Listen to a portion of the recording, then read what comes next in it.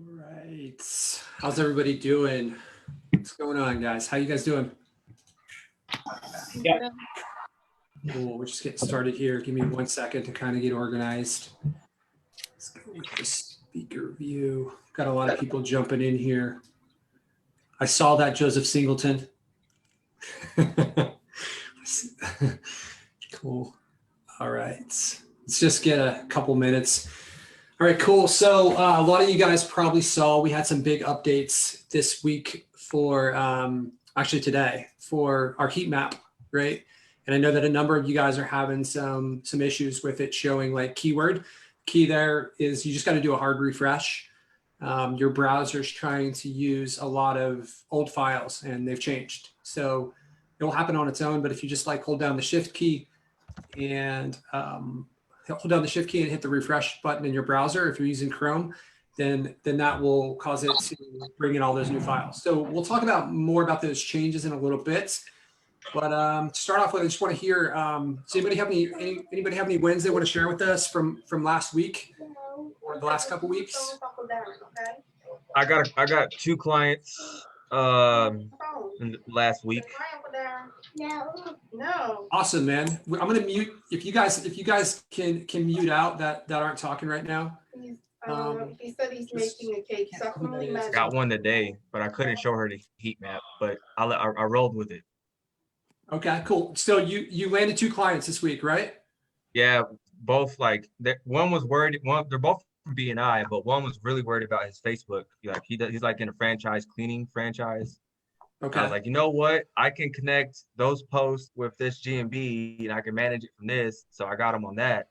And then I got this lady a new website. I'm about to get her a website and then manage her GMB. So awesome, man. Awesome. Super cool. Congrats on that. What do you think the keys were in kind of landing these clients? I know that they sound like they're a little bit different. Oops. Well, with the guy from the BNI, with the franchise showing it, see these people in these franchises have to spend. They sign a contract, right? So they have to spend like 30, 50 grand.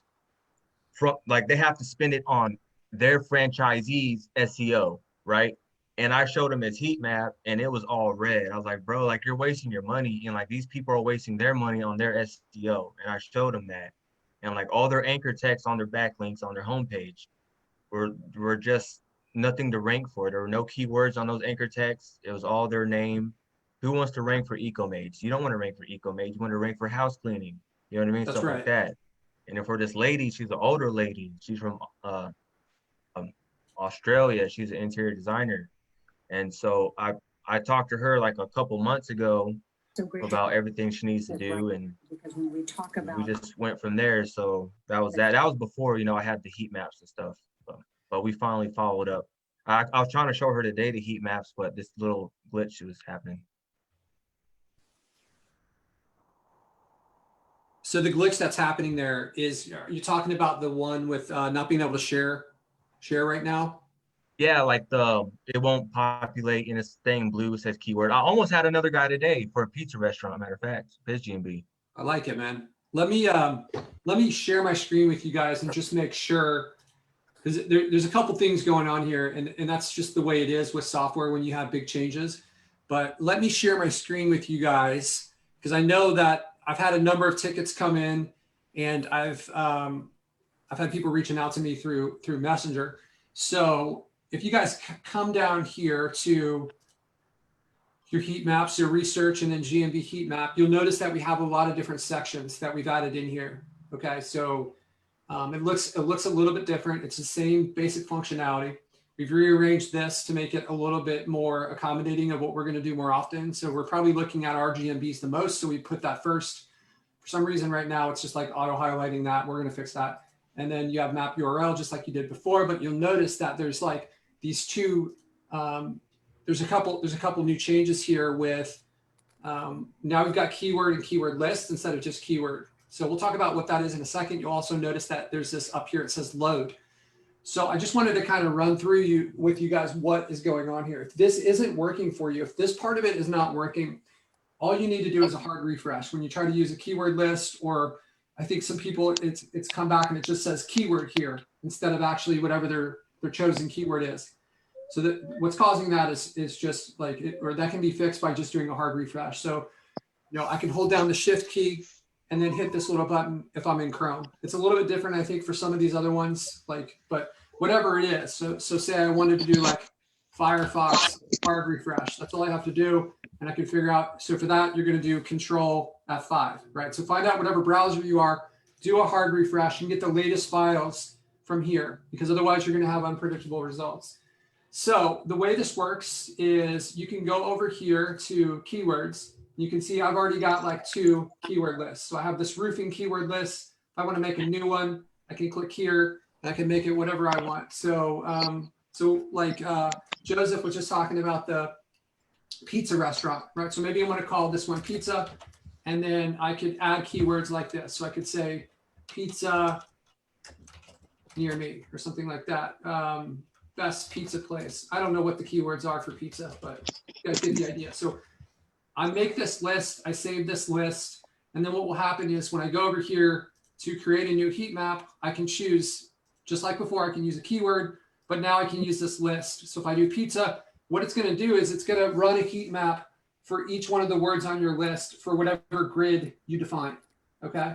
So that's a part of this update, is this keyword list, because it's important to, like, how we rank for one keyword. That's not going to make or break us for the most. Even you choose your best keyword, it's what's going to really explode things from a lead standpoint is when you're ranking for a lot of different keywords. So with that in mind, that's kind of what we're doing here, is we're giving you this keyword list, and this is kind of a stepping stone to our next update, or our 2 updates from now, where we're going to be able to give you averages across all your keyword lists and to give you alerts on a weekly basis of, like, hey, this moved in this direction or this direction, and you'll be able to set a threshold for, like, if you're like your average ranking across these different keywords is, say, maybe it's a 5.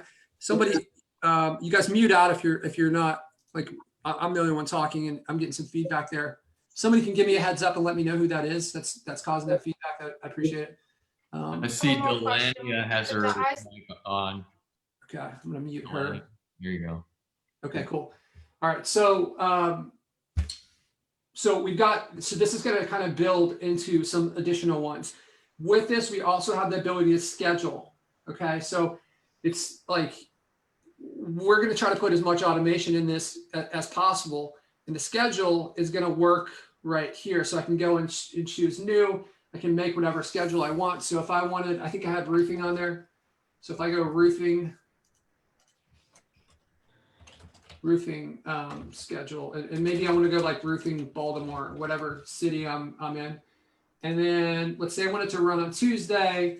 The configurations, I'll show you what that is. You're going to need a configuration. We'll come back to this in 1 second. So configurations, the way this works is after you run a heat map. So I've got these ones completed for like this Austin Roofing Company here. Now I'll have the option to save this from down here, right? So if I want to save this configuration, so I'm going to tell you there's like 2 pieces here. There's a configuration and there's a grid.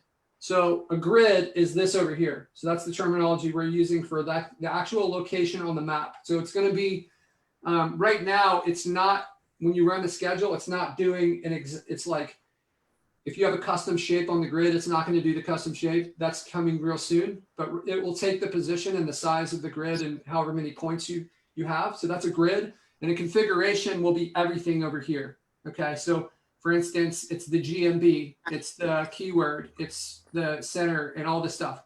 So those are what those are. So let me save this one as an example. I'll save this and I'll say, we'll save this as my Austin Roofing configuration. So I'll click on that and I'll click save. Okay, cool. So I'm going to hop back over here now to the schedule, and let's talk about, like, I'll run a new one, and now I've got what I need, right? So I'll say this is my Austin Roofing, and I'll run it on Tuesdays. I'm going to choose this one, and I can choose the time that this runs. So maybe I want this to run at 7:43 p.m. And if I got a keyword list, okay. So now what will happen, I can save this and I'm going to click on save and run. So it's going to start this for me right away. So now I've got this new one on my schedule. And if we go back over here to the heat map, you can see that this says not started. It's gonna cycle through this. So some of you guys have seen the heat map is a pretty intense process on our server. So we put you guys kind of in a queue. It happens pretty quickly. Like these will probably be done running within the next like 3 to 5 minutes, right? But it's gonna cycle through each one of these, and then on next Tuesday, I've added that schedule, and it will continue to do that. So I can always kind of like come and check back on it. So that is what's the point of keep running it every week? So you can see your changes, right? So you're doing work, right, Joseph? And then like you've got some updates that happen, and you want to like stay in tune with where you are and all the work that you're doing on this, or like maybe you're not even doing work on it and you want to be alerted if your changes fall off, right? So go ahead. I didn't know they could change like literally like in a week.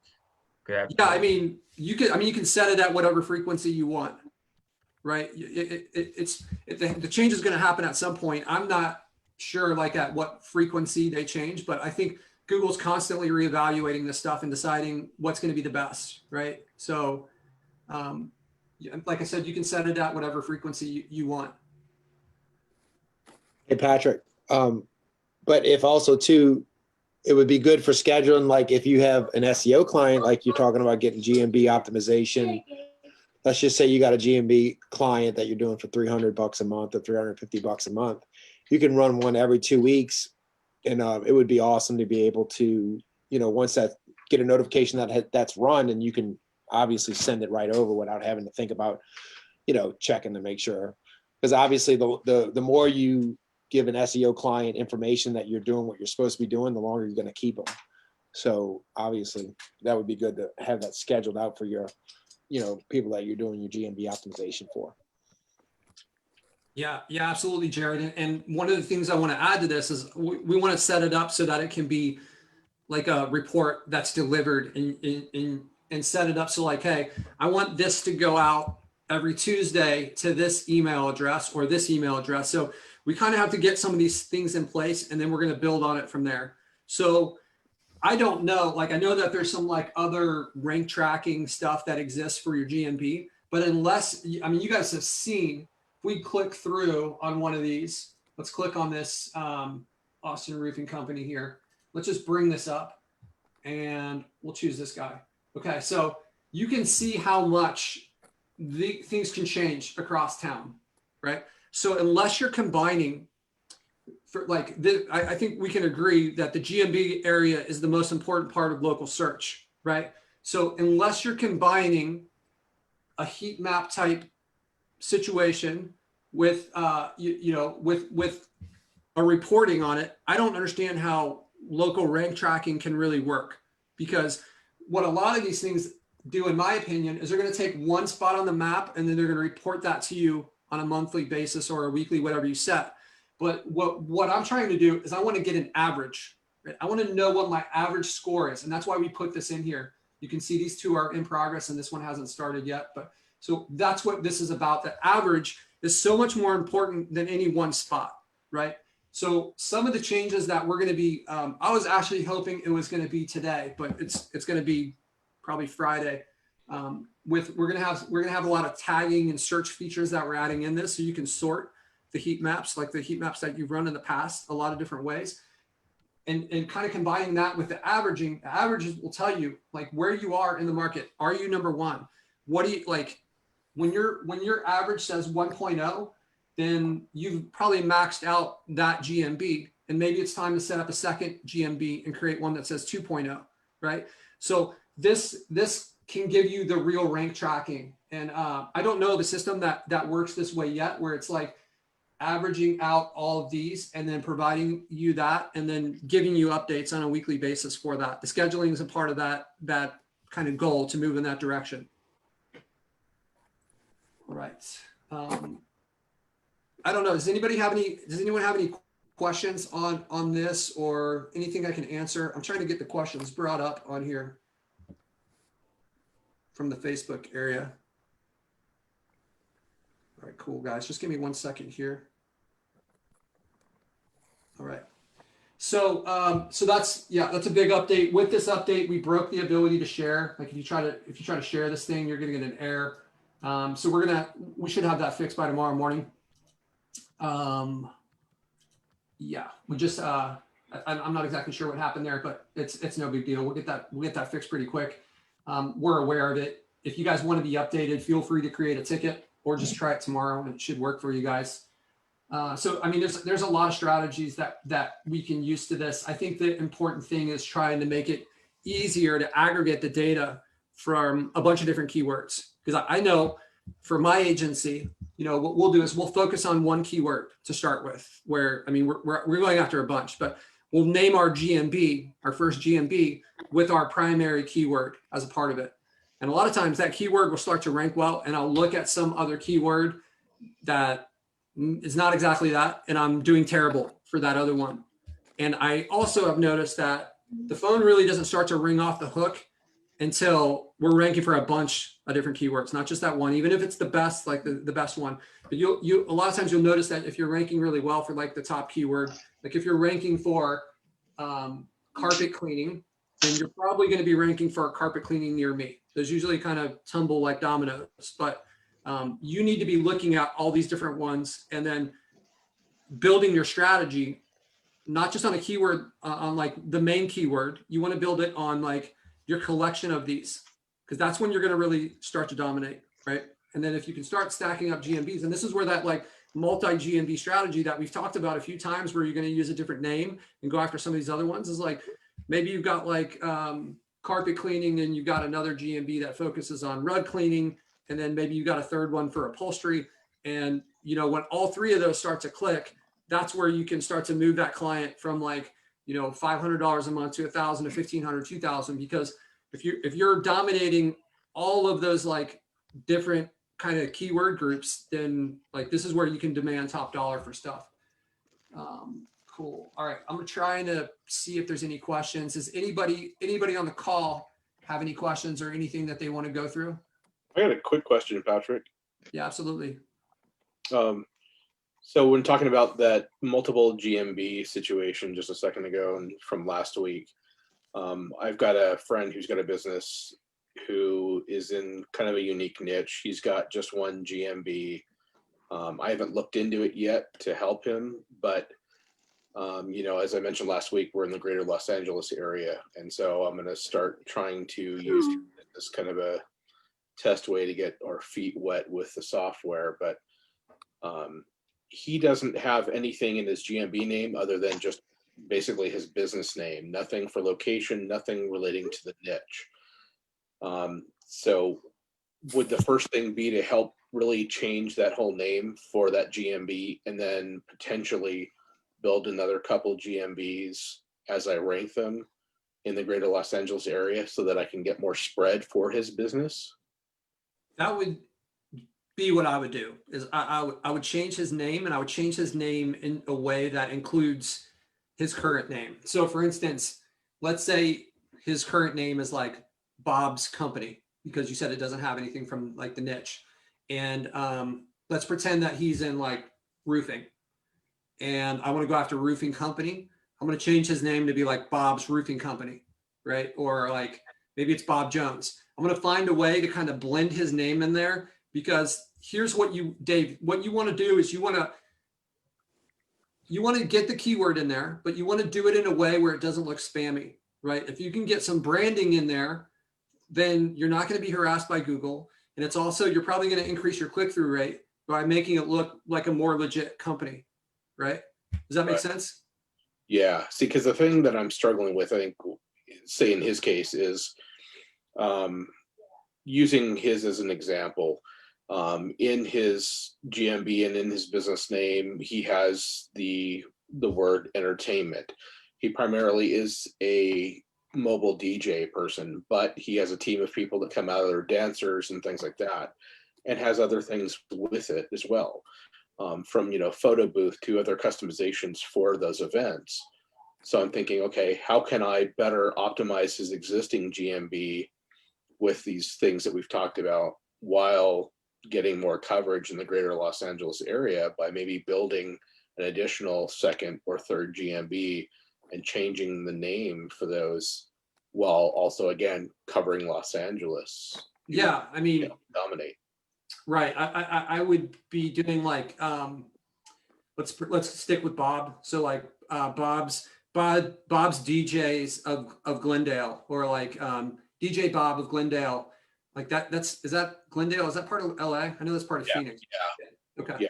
So in mixing and the services with the cities, and then his name, and strategically positioning them around town, and then also setting up, like for me, I want to take over the entire city, and I want the whole first page. I don't want, like, I kind of view that first page as my real estate, and I don't really like people over there kind of running around in my yard. I'm like, that's mine. So I'm going to build out other sites. So I might have a site in like Long Beach, and what do I need to do so when someone searches, they can only find my client? That's kind of the mentality that I have, right? And this is why some of our clients are paying us $6,000 a month, right? So it's totally worth it if you kind of already know the outcome, if you stick with this, Dave, for a long enough time, that you're going to own that area. Like, there's probably not other entertainment or DJ things that are systematically trying to go through and look at the competition. Like, how many pages do they have? What's their backlinks? I don't think maybe there is. And if there is, that's probably the wrong niche. But for the most part, you're going to see that people aren't paying attention to their stuff after a little while. And if you just keep on chipping away at it, you can take over that whole map, that whole first page for the entire area. It might take a while. Before you make this investment, you want to make sure that you're doing it in the right niche. But when you do that, that's where the big bucks start to come in. So that's the process that I would go through. I'm never afraid to build sites. I kind of have like a limit of, hey, if there's at least 70,000 people in this city, then that would justify a separate lead gen. And then I'll have one lead gen that kind of like covers the whole area. So it could be like, whatever, we'll just say like DJs of Los Angeles. And then I'm going to have the location pages for each one. And then I might set one up for like Long Beach and Santa Monica and just all these different things that have at least 70,000. And then I'll set up GMBs on those. And it could be like, if it's going to be a big client, I have no problem with setting up 15 GMBs across a city, because like I want to own it and I want that market to be mine. Right. And it gives you a ton of stability, right? Especially if you're separating all these GMBs, separate sites. Like, if Google takes down one of your GMBs, like I'm down to 14. Like, the client probably won't even necessarily notice a big difference, right? For sure. Yeah, because I know when we talked about that last week, you mentioned that we would have our main lead gen site and then just have service pages. If I remember what you were saying, each service page would essentially be location, maybe having just some content that was more focused around that specific city. And then each GMB that we built would be in a different town, different phone number, but would just be connected back to that service page, if I remember correctly, right? That's right. You not a service page. What we do is we set up like a or location. you have like a location, you have a service area which lists off all the services. Each one of those go to its own page. So like you have like service areas, and then on that page you're going to list off like LA, Long Beach, Santa Monica, like all these different parts. And if someone clicks on Santa Monica, it goes to the Santa Monica page, and that GMB from Santa Monica goes to that Santa Monica page. The separate phone number for that page, separate email for the Gmail that's associated with the GMB, right? And then you're linking to that page on the site, right? So that's kind of the structure that we use. Got it. Okay. And then I guess just kind of a quick related question is, if there are some other clients that aren't necessarily going to be as big as maybe the volume we're talking about for LA, and there's some people that are just wanting to get started, maybe just GMB management, is it still something that would be viable for us, starting with the lead generated software, to link maybe a person's single GMB and try and get that built and charge them maybe a smaller nominal amount per month to manage that and rep management? Yeah, absolutely. I mean, there's a number of people that are probably on this call that are doing GMB management as a service, as a way to get themselves in the door. You know, Okay. I would always be thinking long term though, Dave. Like make sure that you are try to be positioning this so that you're going to own something here. Like if it's your buddy or whatever, then maybe that's a slightly different situation. But I made a post about, it was a comment on somebody's post this week.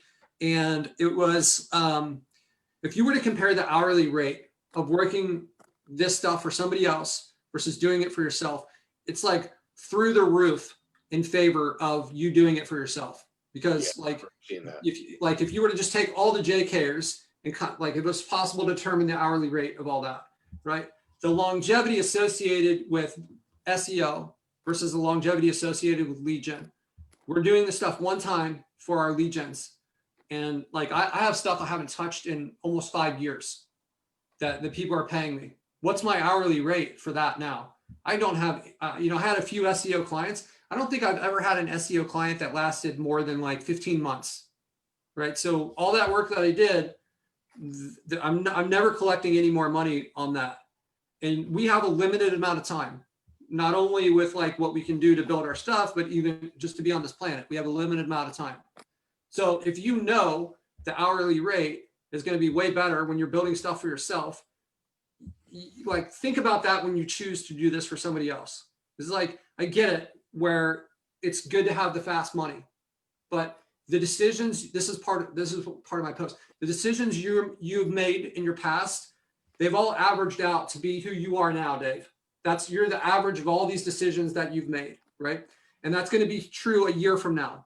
So if you continue to choose to like spend your time doing things that have a lower hourly rate associated with them, then you're still going to, those decisions matter a year from now or 2 years, 3 years from now, right?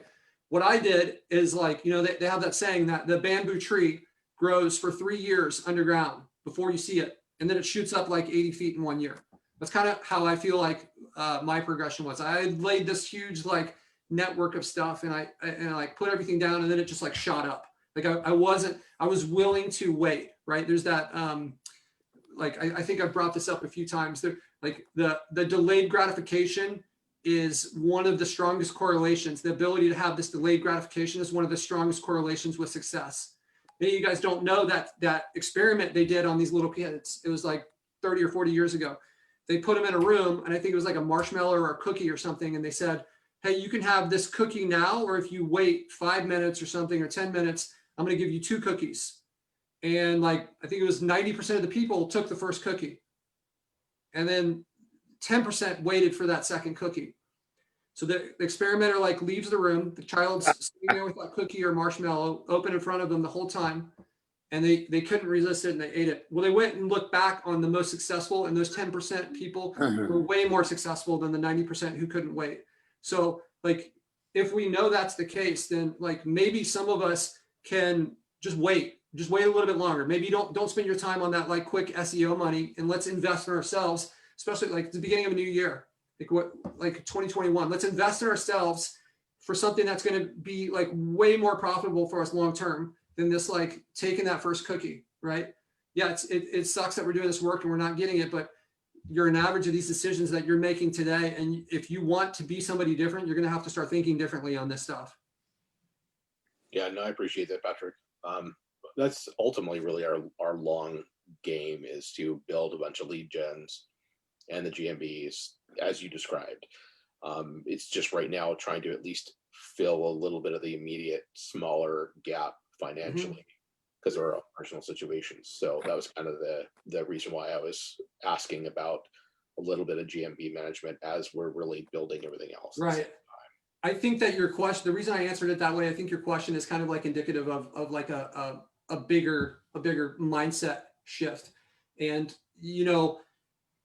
this like, you got to do what you got to do in the early. And I think there's a big skill set to be said when somebody comes in, they come in for GMB management. If you can position yourself as their best option and there's some salesmanship in here, and there's like you have to know your craft, right? You have to be able to demonstrate. This heat map is a tool to help you do that. You can say, hey, here is how you are ranking. It'll be shocking to these people, but you need to take these people that come in for GMB management or whatever it is and move them over to where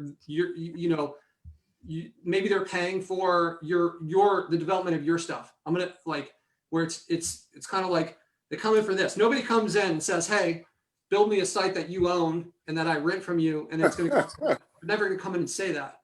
But like for me, we have 70 something clients, right? And one of them right now is SEO. One. So 69 of them aren't. So all 69 of these people that came in, they weren't coming in. We moved them in that direction. So even though you're like, you need this money, you're getting started out, like that doesn't mean you can't position things in a way that kind of supports your long-term goal on this, right? Yeah, for sure. Just to chime in real quick on that one that is an SEO, it's really, we're basically using the client as a lead gen because he has a really good Rolodex, and we're doing him a favor so that we can get into his book of, he's going to refer us business, right, at a higher level. So it's kind of it's still, we're using it as a lead gen. It's not just like, oh, we're just doing SEO for the money. There's way more involved in that. So pick your clients wisely.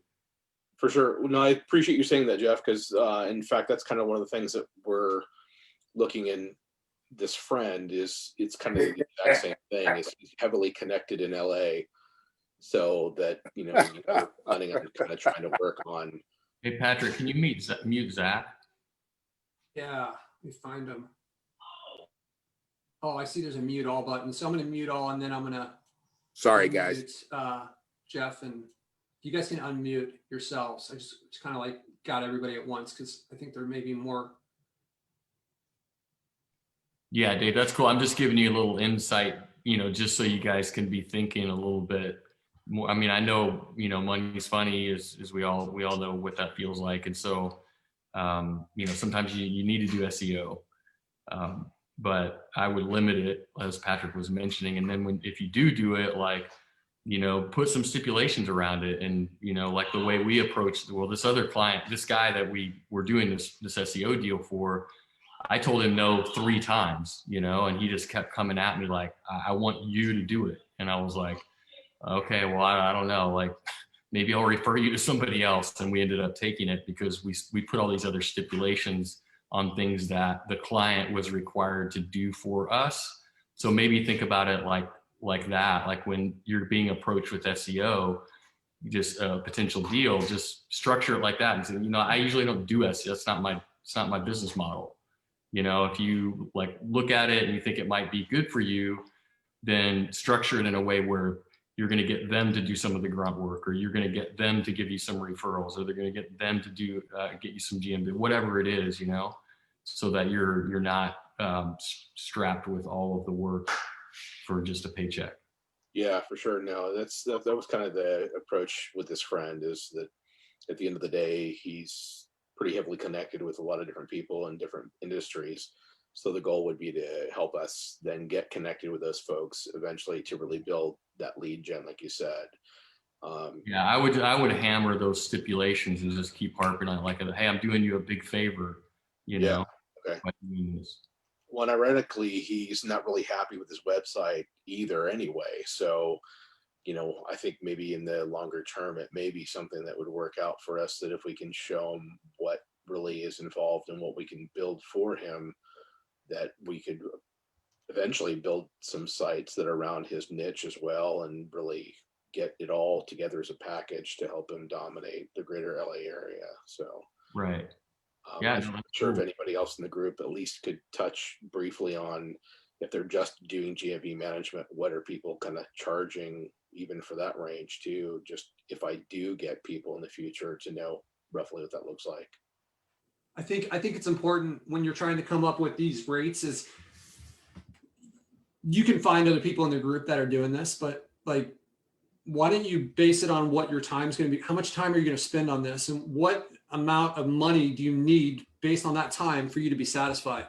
Because like what I'm willing to work with may be very different than what maybe Jeff or Zach or whoever else is. And this needs, the reason we're doing this, let's not lose track of our goal here, right? We're trying to get our own financial independence. We're trying to like build our own business here, right? And it's got to be based on your goals. So how much time are you going to spend on this, Dave? And then like, how much time is it going to be required to get the results? And then what is that worth to you? And is the client willing to pay it? Because I think a lot of times we get ourselves into the situation and then it's not worth it for us. And now we've like made this commitment and then it ends up, we're not doing the work and then we lose the client and like, it's not a good experience and it ends up being kind of a waste of time. Right. So like, I think I used to do the same thing and I just like, I wouldn't do it that way anymore personally, but I think, some people I think are charging like $400 or $500 a month for management, but I whenever I'm trying to give a quote or an estimate, I'm like, how much time and resources is this going to take? What's that worth to me? And that's my starting number. Okay. And I don't care if anyone like, maybe I'm 3 times higher than the competition, right? But whatever, this is what I'm willing to do it for, right? Yeah, for sure. No, I appreciate that. Thank you, Patrick. You're welcome. Okay. So Yeah, Pat, like I was showing this lady, like, like she has like how the GMBs get the bulk of the calls, right? And so she was like, okay, so I need that. And then like, she's like an older lady. So I'm trying to like explain all this. Like you need the GMB, you need your website because she didn't have one. And so she's like, so when I pay you I charge people $297 for this GMB stuff, right? And she's like, so you're gonna rank my GMB? And I'm like, look, usually you have to rank the website and then the GMB will follow after the website. So I kind of almost got caught in a pickle by telling her, like, I didn't tell her $297 a month, I'm gonna rank your GMB, right? I said, I'm gonna manage your GMB, I'm gonna optimize your GMB, I'm gonna post all these, these posts and with the geotag pictures, but I'm not saying your GMB is gonna rank. I'm saying, you know what I mean? How that almost got me caught up because the reason you tripped yourself up, and I think a lot of people do this, is you're speaking to her in kind of terms that first, like she doesn't really understand. So like she's going to have follow-up questions based on what you've tried to explain. But what do they really care about? Honestly, when this lady probably didn't know what a GMB was when you started talking to her, right? Yeah, so she actually, I told her what it was. I told her to get her postcard, and yeah, we got it. Why does she want this? Like, why is it important to her that her GMB ranks? She says she wants like to go with the times. She knows that the online search, regardless of what she said, what do the business owners want? More leads, more clients, more leads, and more business. So if we speak in terms of what they want, rather than this like stuff that we have to like educate them on this, and then like, now that you understand it, let me sell you on this. Whereas if you just come at them from the beginning, like, hey, you can mention this stuff as a way to establish authority and be like, there's all these different parts and pieces that are going to add up to you getting more business. And ultimately, what my job is to create more business for you. When we've done this in other industries, like we've done, or other like, okay, you're in LA, we did this in Chicago, and these are the results that we saw, where this person's business went from X to Y, or we created this many calls. And you can touch on this stuff, but what they care about is, like, first they need to trust you, right? And by telling them about the GMB and this kind of stuff, you can build that trust and you can let them know that you're the professional. So I wouldn't completely avoid it, but I would put the focus on the business, because that's what they want. They want the leads, they want the calls. I would spend time talking about how, so they know what Facebook is. So this could be a line that you could use. Is like, there's a lot of different ways to get leads. The way that we do it, we specialize in ranking sites in the search engines. And the reason that that's important is because, like, let's say someone's on Facebook and they're browsing around and they see an offer. They weren't searching for it. So their buyer intent is just not as strong as if somebody was searching for it. When they come to us, the reason that our contractors from around the country convert so well is because they go through this process. They make a decision in their head that they want some service. They search for that service. They find our site. They click on that site. They call the phone number on that site and ask somebody to come out and give them an estimate. And that's where you come in. So there's a ton of motivation that they've demonstrated to get here. And this is the reason why our contractors convert like 1 out of, we have them converting between 1 out of 2.5, between 1 out of 7. So you start laying some of this stuff. That's very easy for her to understand. And like the way that we do it is like, that map, well, that map's really important. We've got this special tool that shows you how you're ranking. And now like you see how yours is all red. This is what we did in this other area where it's all green.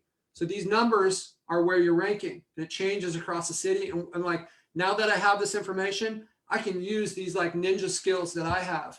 And then like this one that's all green, it used to look just like yours. And now that it's all green, look at these phone calls that are associated with this. So she doesn't need to know like all this other stuff. You get what I'm saying, Joseph? Yeah, I get what you're saying, but just I had to explain it was like, look, you like I use those key elements that Osborne showed. You got the GMB, citations, content, backlinks, right? And I've been telling people on these screencasts like this GMB really is the most valuable asset you have online because it gets the bulk of the calls. And so we need to at least establish this, right? And so that kind of made her think, well, he's gonna rank my GMB, you're gonna rank my GMB. I'm like, wait, hold up, I have to. You know what I mean? So I did tell her about the other options. I always start out with option 1, I can rank and improve your own website. Option 2, build a lead gen in these cities. Option 3, do both of those, right? But yeah, I don't know. I mean, I got it done. I got her to trust me with her GMB, right? And I'm gonna build her site, but still I don't think she understands that like it's the website that pulls the GMB up, unless it's a really low-hanging fruit town. Yeah, absolutely, man. It can be hard to kind of educate these business owners on the steps that are there. And I think you building that trust with her is what like it has to involve this kind of like education process. I think that's an important part of it, but it's also like how she views you as a whole. Right. So once you get that trust, like you'll get the keys to her website when she trusts you, and hopefully that happens from the beginning. One thing, so Joseph, it sounds like what you're doing is you're like going out and prospecting for people in low-hanging fruit markets, and you don't really have any assets in place. But once you get them in there for that 297 or whatever, then you kind of go to work. Is that the game plan? Yeah, pretty much. I really just been doing local. I mean, I don't have that many lead gens in my own city. I'm in DFW, right? So we just been calling them and, showing them, running these heat maps. We get the yes, we send them the video. That's what we've been doing. And I've just been trying to land these, GMB management deals. Yeah. And then trying to, okay, if you really want some lead, I can build a. Yeah, I think it's a good strategy. Did he freeze for anyone else? Yeah. I think he might be gone. Out.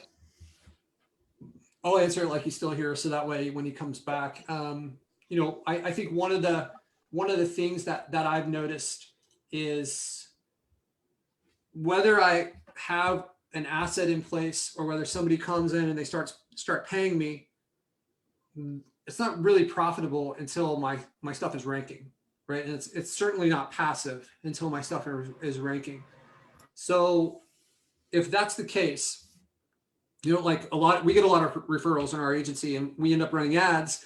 And then a lot of times the ads are eating up all our profit. And then we're like under this like stress to try to rank the website so we can shut the ads off so that it starts to become profitable. The way that Joseph is going about it, it's a good way to get money coming in. And maybe you can like kind of squirrel away a little piece of what they're paying, but ultimately it's not going to be super profitable until you get the actual website ranking and everything that's coming through is like it's a machine where it's kind of like glued to the top of the first page. So I don't want to tell you guys to like not go prospect, but whatever the case is, I would be trying to get those websites in place as soon as possible. If you have a website that's producing, like much easier to get a client, right? It's 100 times easier if you're like, hey, client, potential prospect here, why don't you take these leads for a week? And then like, if they're coming through organically, they're going to be high quality. And if they're good at what they do, then they're going to probably close somebody in the first week. And maybe it takes longer depending on like the sales cycle associated with your site, which is something you should be considering when you're choosing that niche. But that if they say yes and they become your client, it was all coming organically. And this is where the profit comes from in this industry. So like when you go out and you land a client for, let's say, $297 a month, like Joseph was saying there, you're going to be doing a lot of work to try to get that thing ranking, right? And try to help them out. Like where's the profit left over? If you're starting at a $300 a month, like what's left? How many hours are you working where you're like, well, that like, this is really worth it, right? So I think it's something that you guys should consider. So that you, like this goes for you too, Dave. It's like doing the GMB management stuff that can be a cool way to get some fast cash, you know, in the door. But you should be like building your sites and stacking shoes on the shelf and really focused on trying to get those to rank, because that's where the money is. That's where not just the money, that's where the actual profit is, right? So you got your revenue, right? And then after all your time and expenses, you want it to get to autopilot. That's the dream we were sold on for JK and like setting up lead generation websites, is that kind of passive nature. That passive nature relies on the ranking website. So that's the target, right? Whether you have somebody lined up or not. And it's great to do this prospecting, but you know, I just don't know how much you're going to pull away until you really have these sites ranking. And you know, the great part is we get to choose. We're going to choose the easiest market in the country to go after this, or whatever, around the world, right? And then you know, we get to stack the deck in our favor. That's what I'm saying. All right, you guys have any more questions? I'm trying to look through the comments. It's actually surprisingly difficult to do this. I do have a question. Go ahead, Delania. Sure, thank you. So in order to, you know, maximize or get better ranking on the GMB, I'd like to put city and neighborhood pages in my website. And I'm just not sure where they go, and do I hide them, or, you know, like or do I create a whole, I just don't know where they go on the website. Yeah. You know, now that you asked this question, I think you asked this question before and I didn't get back to you. Yeah. And I just want to apologize for that. That's fine. So let me share my screen with you and I will show you how I would structure this. You guys can see my screen, right? We're good. Somebody give me like a thumbs up or something. Okay, cool. I see white. Okay, yep. All right, so let's say like this is your home page here, okay? So I've got my home page, and then we've got like a list of, we've got a navigation on our home page, right? So let's say we have this like service areas as one of the navigation items on our home page, right? And then over here, we have like contact page or whatever it is, right? So that could be like the standard navigation on a website, right? Okay, so the service areas page, this link is going to go to this page right here, right? Service areas. Okay. Okay, so I'm in Austin, so I'm going to do this in an area that I kind of know. So let's say on my service area page, I've got like Austin and actually I'm going to do this. I'm going to do it this way. We'll say Las Vegas, okay? This is an area I know better. All right, so we've got Las Vegas as my service area, and another city in the Vegas area is Henderson, okay? So this is one page, right? The service area is one page. I'll draw this square around it so that it drives it home. So we've got this, maybe I've got like an area, I've got a picture of Las Vegas here, and I've got a picture of Henderson, oops. I've got a little picture of Henderson here. And then, you know, another part of Summerlin, or another part of Vegas is Summerlin, right? So maybe I'm going to have a service area called Summerlin, okay? And then I'm going to have another. Are these separate cities, or these are neighborhoods within Las Vegas? No, they're kind of cities. Like Henderson is a city with 275,000 people. Summerlin's technically not a city, so maybe we can. North Las Vegas is a city, right? Okay. Okay, so these are different cities, all right? So then this is all on one page. So I'm going to list off all the cities around on this page. Okay. And then let's say somebody clicks on my Las Vegas link here, and this opens up my Las Vegas page. Okay. So this is my Las Vegas page. Each one of these is going to have its own page. So like Henderson, North Las Vegas, they're going to have their own pages. Okay. Yeah. So this is my Las Vegas page. And then on Las Vegas, let's do this. So Summerlin's actually a neighborhood within Las Vegas. And then there's another area called like Spring Valley. Okay. So you've got all these different neighborhoods and it's the same structure, right? So this is going to go to my Summerlin page. And then so this is my Summerlin page over here now. So then within Summerlin, this page, I'm probably not going to like mention, let's say this is for roofing. I'm not going to really talk about roofing. I'm going to talk about Summerlin. Okay. On this one, I might mention this stuff, but it's more of like, we don't want to set this up so that it looks like we're just trying to like jam unrelated, like repetitive content. Like, let's talk about like roofing in Henderson. Now let's talk about roofing in like, in all the, then we just keep going down this funnel into like neighborhoods. Instead, we're going to talk about like Summerlin. The Summerlin neighborhood is like viewed as the Summerlin part of Las Vegas is viewed, it's kind of like a upper class area. It started 30 years ago. Here's some of the notable businesses. This is a big park in Summerlin. Here's like, maybe there's like a monument here. Like, I'm just going to just talk about Summerlin. All I'm trying to do is like say, hey, my website is like this area of this city is geographically relevant to my website. Okay. Is that clear now, Delana? Yes, I got it. Thank you. You Wonderful. are welcome. Any other questions related to this? I know you were like super patient waiting for me to answer you on this for a long time, and sorry I kept on not doing that. Yeah, sure, Patrick. Fraser, Now, what's I up, know man? some How are people. you? Hi, mate. Very good. Sorry about my silly question before about the time. What time is it Oh, on? you know, actually, I tricked you because I updated the. Someone said they wanted a rhyme in there, so I rewrote it and I forgot to put the time in it. And then when you said it, I updated I put the time in it. It wasn't there when you asked. You edited. Okay, yeah. I thought, how the Yeah. hell did I miss that? That was stupid. Yeah. Thanks, man. No. I feel better now. Yeah. Hey, I know some people go with a strategy for their GMBs of just a one-page website type thing, and just really optimize the GMB with all the interaction. Have you guys done any of that, or do you really build out the websites as you've done here, showing here? I'm sorry. I think you cut out there for a second. I think I missed your question. I'm sorry. Oh, sorry. I know some people go with just GMB and really hammer that, and they don't do much with a website. Yeah. Or we've seen examples of GMBs ranking without websites at all.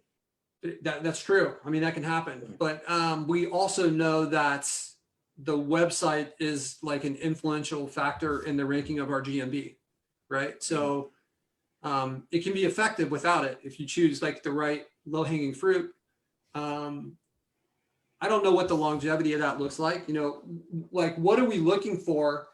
If we're looking for a weak niche, what are some of the things that we would look for with those GMBs? We're looking for ones that don't have websites, right? As a way to identify some low-hanging fruit.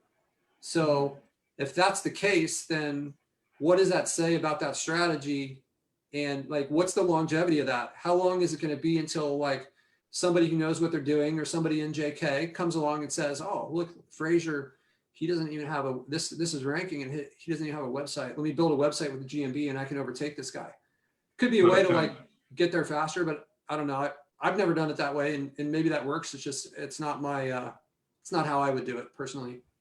No, that's yeah, good answer there. That makes complete sense. Yeah, thanks. Cool.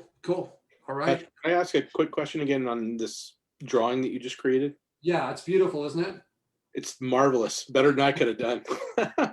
Hey, I'm just wondering, like, so you first have your service area tab. It drops down to the service areas. in that first page, you would of course maybe have the different locations and pictures. Would you have much content or anything on that page? And maybe the next page below it that shows Vegas? Yeah, awesome question. So I would have content on this page. I would mention like roofing or whatever the niche is. This page here, let's think about this. This is the page that our GMB is going to be linked to, right? So what are the implications of that? If our GMB is linked to that, let's say I go in here and I do a search for Austin Roofing, right? So this is what comes up, and I don't know this company, and I click on this button here. So whatever page, this page is, they think they're going to your homepage, right? They think that this is the first page in your site that they're going to see if they find this location. So my advice to you, make this one feel like a homepage. Cover all the different topics. Have your strong call to actions, right? Because this is they're arriving here. You need to treat this like they have never heard of you before, not like it's some like weird inner page, right? Okay, so would you essentially then create that page about as deep and hardcore as you did that homepage then? Treat it just like a homepage. Trying to duplicate the homepage? I wouldn't duplicate it just because like it might not even get indexed if it's too similar. There's kind of like a myth. You're not really going to get a penalty from Google for having duplicate content, but you're also not going to get indexed. And so make it unique.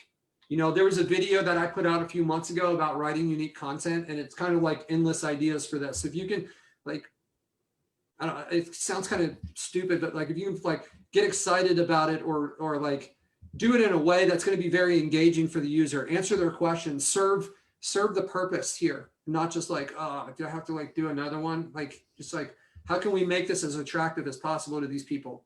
You know what I mean? Yeah, for sure. I just know that I'm really horrible at content. So get somebody else to do it then, man. Like, yeah, sure.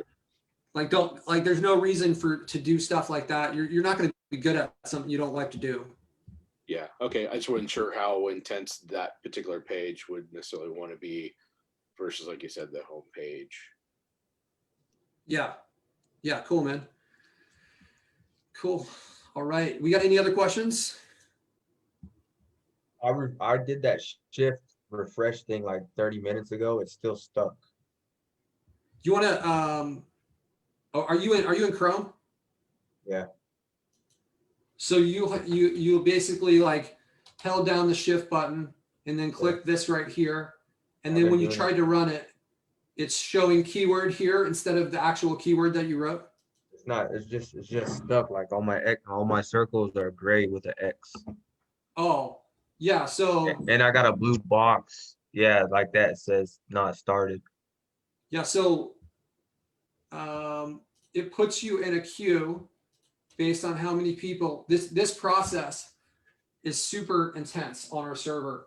So it's putting you in a queue, and we're in the process now of like moving things around so that we can accommodate a lot more people to running this at the same time. So that's why you get that not started. If it says not started, that's not the symptom that you were trying to solve. The symptom that you were trying to solve is like what was happening is people were doing a search and it was saying, instead of saying roofing, it was actually saying keyword.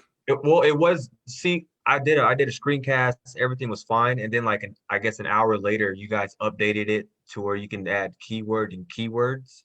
And then it started doing it instead of like when you scroll down, how it says keyword and roofing, it would just say keyword and it was doing that. I hit refresh.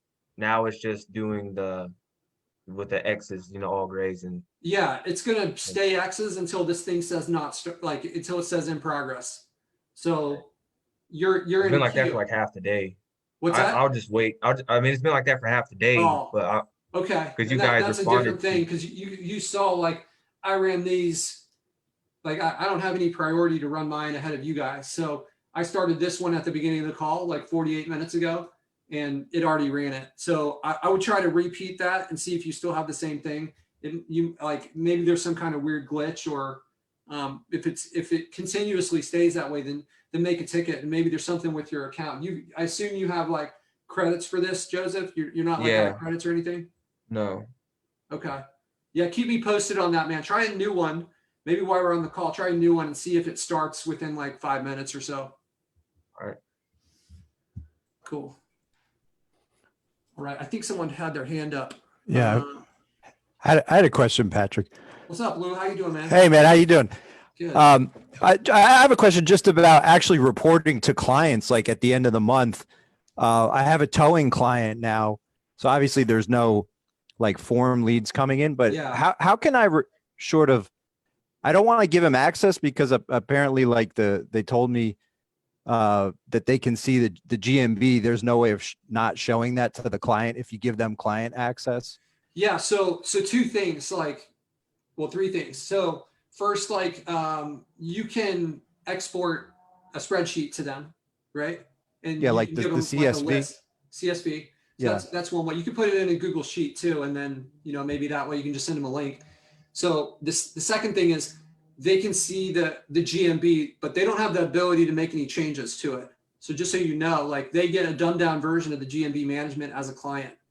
The reason that we gave them that is so that they have the ability. So they have the ability to make to like respond to reviews and then to add photos, right? So that way they can add in like their towing photos, which since if they take like pictures on their phone, they're automatically geotagged, right? If they turn their GPS on, take a picture. So that's why we gave access to that. But like if I go here in the GMB management and click on this, like you'll see I have access because I'm an admin role on this account, right? They won't have the ability to edit any of this stuff. Like these buttons are not there for them. They can also make posts and they can respond to reviews and add photos. So like we did that intentionally. So that's the second thing. The third thing is we're hoping to release an update. We have, I think there's like 75 or 90 different permissions that exist in our system. So we're going to give you guys the ability to make your own user roles and then assign it to these people. So you could say like, hey, I want this person to be able to upload photos, or maybe like you. So the way we've got it is like you can decide on whether people can view or edit. And you can do that on a module level as well as like parts of them within the module. So if you want to say like, hey, don't show them this piece, or don't show them the GMB at all, or maybe just show them like the photos part of it or whatever. So we tried to, based on like, the common usage of like how we thought the clients would interact with it. And, so were you aware that they couldn't edit the GMB? Well, I guess I'm a cynic because I thought I don't want to kind of show my cards, like, because the guys just thinks I'm like Houdini of the internet. He's like, how are you getting calls? And I'm like, that's what you pay me for, kind of thing. But yeah, like, do you share so your clients know about all your GMBs and all that? Because I mean, what if the relationship? I have my sour? clients get my GMBs for me a lot of the time as a part of my sales pitch. I'm like, hey, look, I don't live in your city, but you do, and I need local assets there. So what I need you to do, if we're going to work together, there's some requirements we have of you, and I need some addresses from some local people that I can send some postcards to.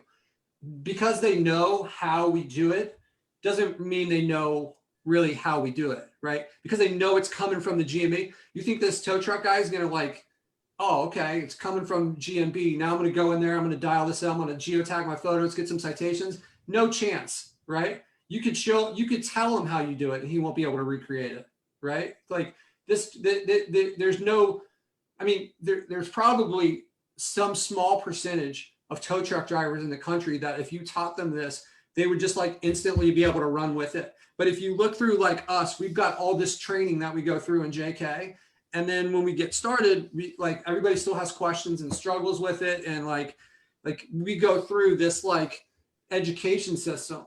I would say there's no risk of you telling them where they're coming from. Like he's not going to be able to recreate it. Zero chance. No, I'm not so worried about that. I think it's more like if for some reason this guy doesn't work out, right? We've only been working together a month or so. Let's say next month he doesn't pay me, and now he knows there's a GMB, and I'm like, hey, I'm pulling these calls to your to someone else, nice to know you, that, you know, he could let Google know, now I got a suspended GMB or something like that. That's what I would, that's. what I would- Yeah, I mean, I guess that could happen. I don't, I'm not so scared of that personally. And, you know, everybody's got, it's like a continuum of how you're going to look at this.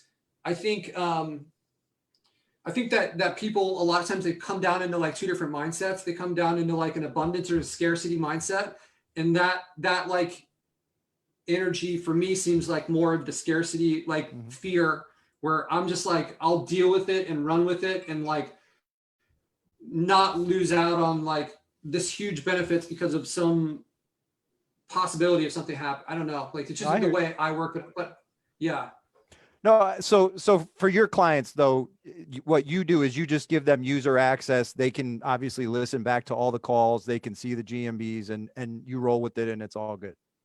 Yeah. I've never had anyone. And also, Lou, like my advice to you, like when you guys lose a client or what, like it doesn't have to end like where you guys hate each other. Yeah, It doesn't yeah. work out, right? Right. Like if you can just like we've lost clients too, and Yeah. I'm like, hey man, you know, I totally get it. This isn't working for your business. I wish you nothing but the best. Sure. Like not like screw you. I'm gonna give this to your competitor and like Yeah. Tony know. Soprano style, you know, yeah exactly. I got you. You mean be a decent human being. Just like I love treat that. these people how you want to be treated, like that mindset, you know. So if you do that, I think you probably have some you know, I had one oddball client of my whole life. And this guy was like this artist in Arizona. And Yeah. he actually reached out to my mom and tracked down my mom and told he told on me. It's like, I don't know if you know, this is how your son is. And I was like, I don't know what to do for this guy. You know, I was doing everything I can. I was never like, and I didn't retaliate. Even like my mom called me up kind of laughing about it, but Yeah. like, so worst case scenario that maybe the guy calls your mom. I don't know. Like, Yeah. And then you get a good story out of it. So that's cool. there you go. Yeah. All right, cool, man. I appreciate your time. Yeah, Thank you. absolutely, man. You're welcome. Hey, Patrick, can I ask one more quick question? Sure, Kind Dave. of What's up, man? comment. If we've got a client who has client access, they can upload photos clearly. Is there the ability for us as the administrator to, if they didn't geotag their photos that they already uploaded through the client portal, could we pull that photo off temporarily, go through our geotagging software to put proper geotags, and then re-upload them again after the client already originally posted them? Yeah. I don't know. Let me just try something real quick. I I'm think just not. figuring, you know, but- if we had that ability, it seems like it would. Yeah, allow you can do me to that. my job. Okay. So if I were to just go through and click on one of these, that one's not showing up for whatever reason. With this one, then I can click save image and I could do that. If your clients should be taking their pictures of their real work, and if they're doing it on their phone or like, it will automatically be geotagged, right? Because that's where that data is supposed to come from. The reason that we have to change the data on it is because we're like downloading pictures from the internet and we're trying to say, hey, I want to put this in like LA, where maybe the picture was taken in France or something, right? So like that's the purpose of, if it's coming from your clients, like they shouldn't necessarily have to geotag it. Your phone, even if you don't have the like location services turned on, they know approximately where you are at all times, right? They know what cell phone towers, and they can like triangulate your position, and they just know, right? So like that step probably shouldn't be necessary, is my point.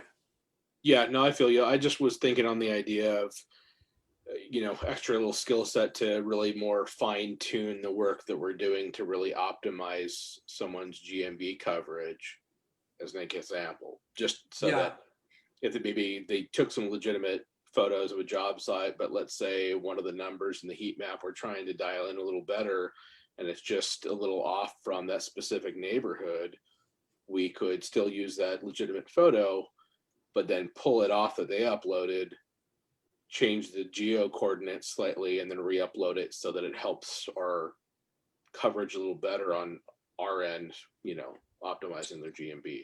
Yeah. Yeah, absolutely. I mean, every little bit helps, but I would also be wondering, like, I feel like that difference is probably going to be pretty minuscule. And I honestly don't know if that would be the best use of your time to like reposition this to a slightly different neighborhood within the same city. You know, I don't know. It just seems like almost like splitting hairs at some point. Okay. Again, I'm kind of just trying to use it, with LA because it's such a Yeah. vast area. Yeah. Are you located in LA, Dave? Yes, I'm actually in San Fernando Valley, Okay. pretty much just LA. Yeah. I mean, there, like, you can run this business from anywhere, but there are some benefits to like being local. And, you could be taking pictures on your phone when you're wherever you are and being like, hey, okay, let me upload this like a few times a week, right? Not even relying on your client necessarily, especially for the neighborhood pages and, that type of thing. Got it. Okay, cool. So I see that, how someone asked, Phoebe, how would you recommend pricing the heat map GMB optimization? So I do my pricing really, I personally, like, and I know there's a lot of different ways to be successful with this. What I do personally is I don't price on these like menu type services. I price on leads most of the time. That's really what the business owner cares about, right? And that's how you can keep a client for a long time, is if they're paying on what they're getting. So if you're doing GMB optimization, I guess that's for somebody else. And like, maybe, I'm sorry, I don't really have a great answer for that. Again, I would go back to maybe to that answer earlier. What's your time worth to you? How much time do you think it's going to take? And then work backwards and be like, okay, I need to get $50 an hour if I'm going to be happy with this. And it's going to cost me, I'm going to spend 10 hours on it. So I'm going to charge $500 for this on a monthly basis. I wouldn't, like, and if they say no, then it's not worth your time, right? Well, like all the other sales positioning stuff considered, I wouldn't be doing things less, like whatever your rate is, draw that line in the sand, and then don't do anything less than that. Go build something for yourself. Okay, cool. So I know there's like a couple different question sources here. Trying to find that chat. Stop sharing this. Can I just ask you a real quick question? What's up? It's Kyle. Kyle, what's up, brother? How you liking Louisiana?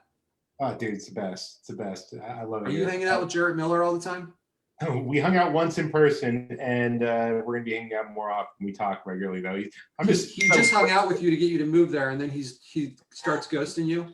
Yeah, pretty much. We're both. I'm just so grateful that I moved to a city with another JKer that's as motivated as he is. Of all the cities I could have moved to, I got in with Jarrett. So very yeah, cool. super cool, man.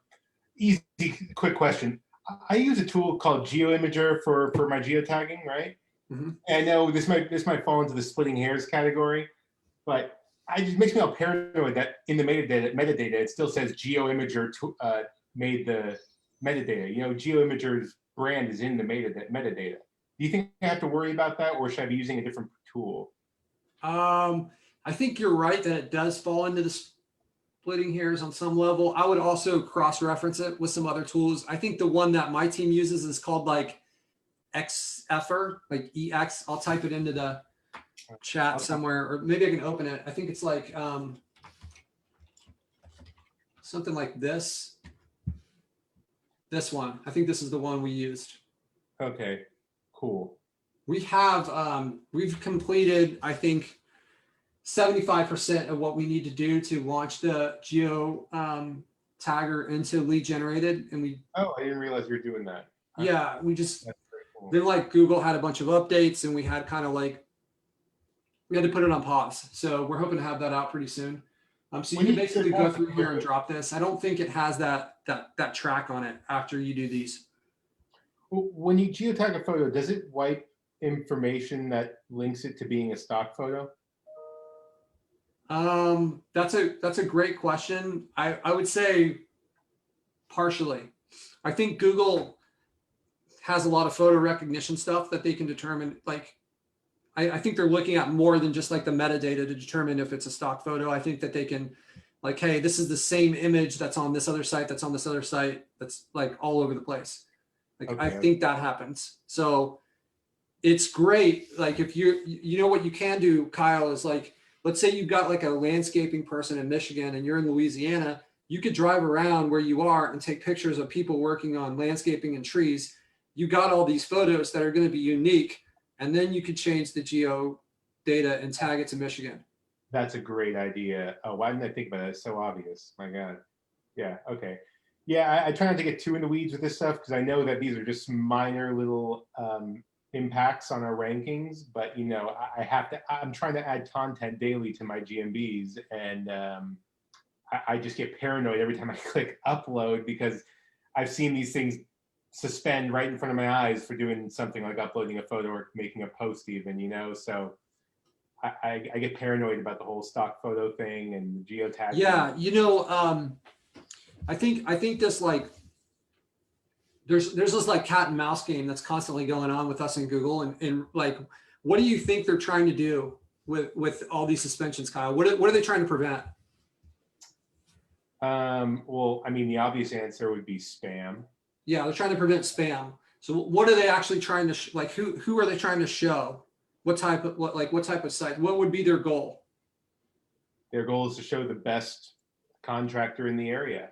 Okay. So what things can we do rather than like trying to constantly trick Google? If we were just like, what if we like focused on trying to add like the best content and the most real like pictures and all this stuff and got away from this like I think that's the shift. If we make that shift, then this like suspension spam stuff, like it starts to fall away, right? It starts to be like, let's just serve up really good stuff. So rather than trying to like jam like, okay, like it's Tuesday, let's talk about trimming trees, right? Like maybe if we were to go and find out like what's the real questions people are asking and answer those questions for them as a part of our posts and show like real before and after pictures as our like photos and stuff like this, and get our clients enrolled to help us with this. Like, then we give Google what they want and it's like authentic. And then like, I think your chances of suspension go down. And I think like Google's trying to constantly build their system so it's geared towards quality and like, you know, like dwell time, like how long someone spends on your site is like, that's why they're doing bounce rate, how often someone clicks on your site and then leaves. That's what they're looking at. So if we start at the end and say, let's build this thing to be awesome and like stop, you're like, okay, let me trick them this way. And I don't know. I get it. We're going to have to trick them and deceive them to some extent, but the more that we can just give them what they want, I think that all this other stuff just disappears. You know, I have been writing more thorough content for like GMB posts and stuff like that. And I think I have seen an increase in clicks with those longer, more thorough, well thought out posts. You know, it was kind of surprising because I used to just write like a paragraph or something, but when I actually go in like 5 tips for keeping your windshield safe during the summer or something like that, it gets way more traction. I don't know who's seeing them when they say it's got 20 views. I'm like, who found that and read it? You know? Yeah, there's someone is in like, these are some great tips, man. I'm going to do all this stuff for my windshield. Like, is that what I don't know. I can't imagine being that, but there's a site called Ask the Public. I think it's called, or Answer the Public. There you go. Yeah. Yeah. So this is one of those ones where you could put in here like windshield and you have to spell it correctly. And then it will give you like all the questions that people are asking. And then you can use this as a way. And, you know, like if you search on here for like windshield, then if you scroll down, you'll see some of the questions people are asking. How much should I pay? This should be a question on your site right here. What does windshield mean? I probably wouldn't answer that one. The different grades of windshield, there's 3 different grades of auto glass that can be replaced. So I would have this, and then I like just fill it up with this type of stuff. And how does a windshield get replaced? Maybe you could have a little page that explains that.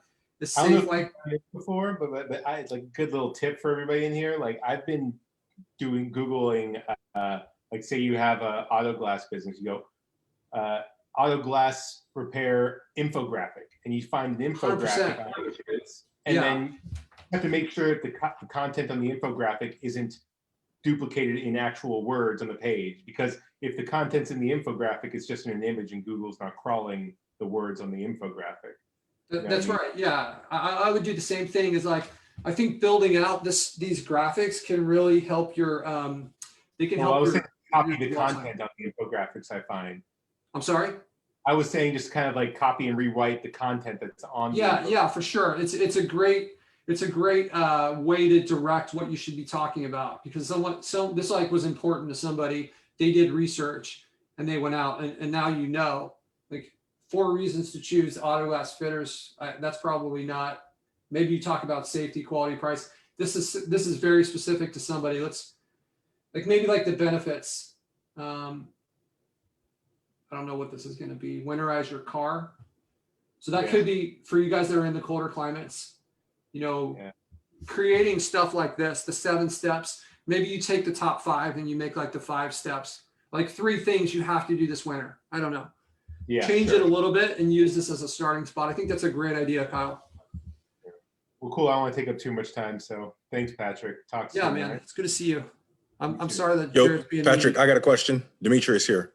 What's up, brother? Yo, hey, so how many users can you add to each account, right? Because talking about this, right? Like I have like just one client.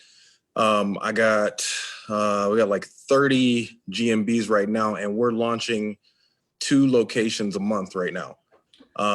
So obviously, like to have one person like sitting there trying to make posts, like that's an asinine amount of GMB posts, right?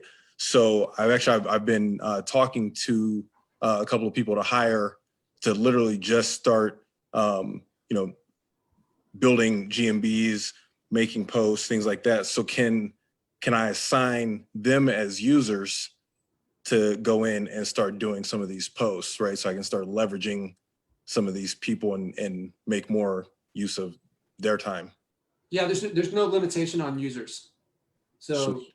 you can make as many as you want in there and yeah, they can, you can, there is the limitation on the privileges stuff right now where we don't have the ability to make the custom roles yet, but as far like whatever users you want, there's like no limitation on that. Cool. And then as far as account wise, is there a cap on that? No, you can have as many in there as you want, man. That's Perfect. not one of the things we charge for or we track specifically.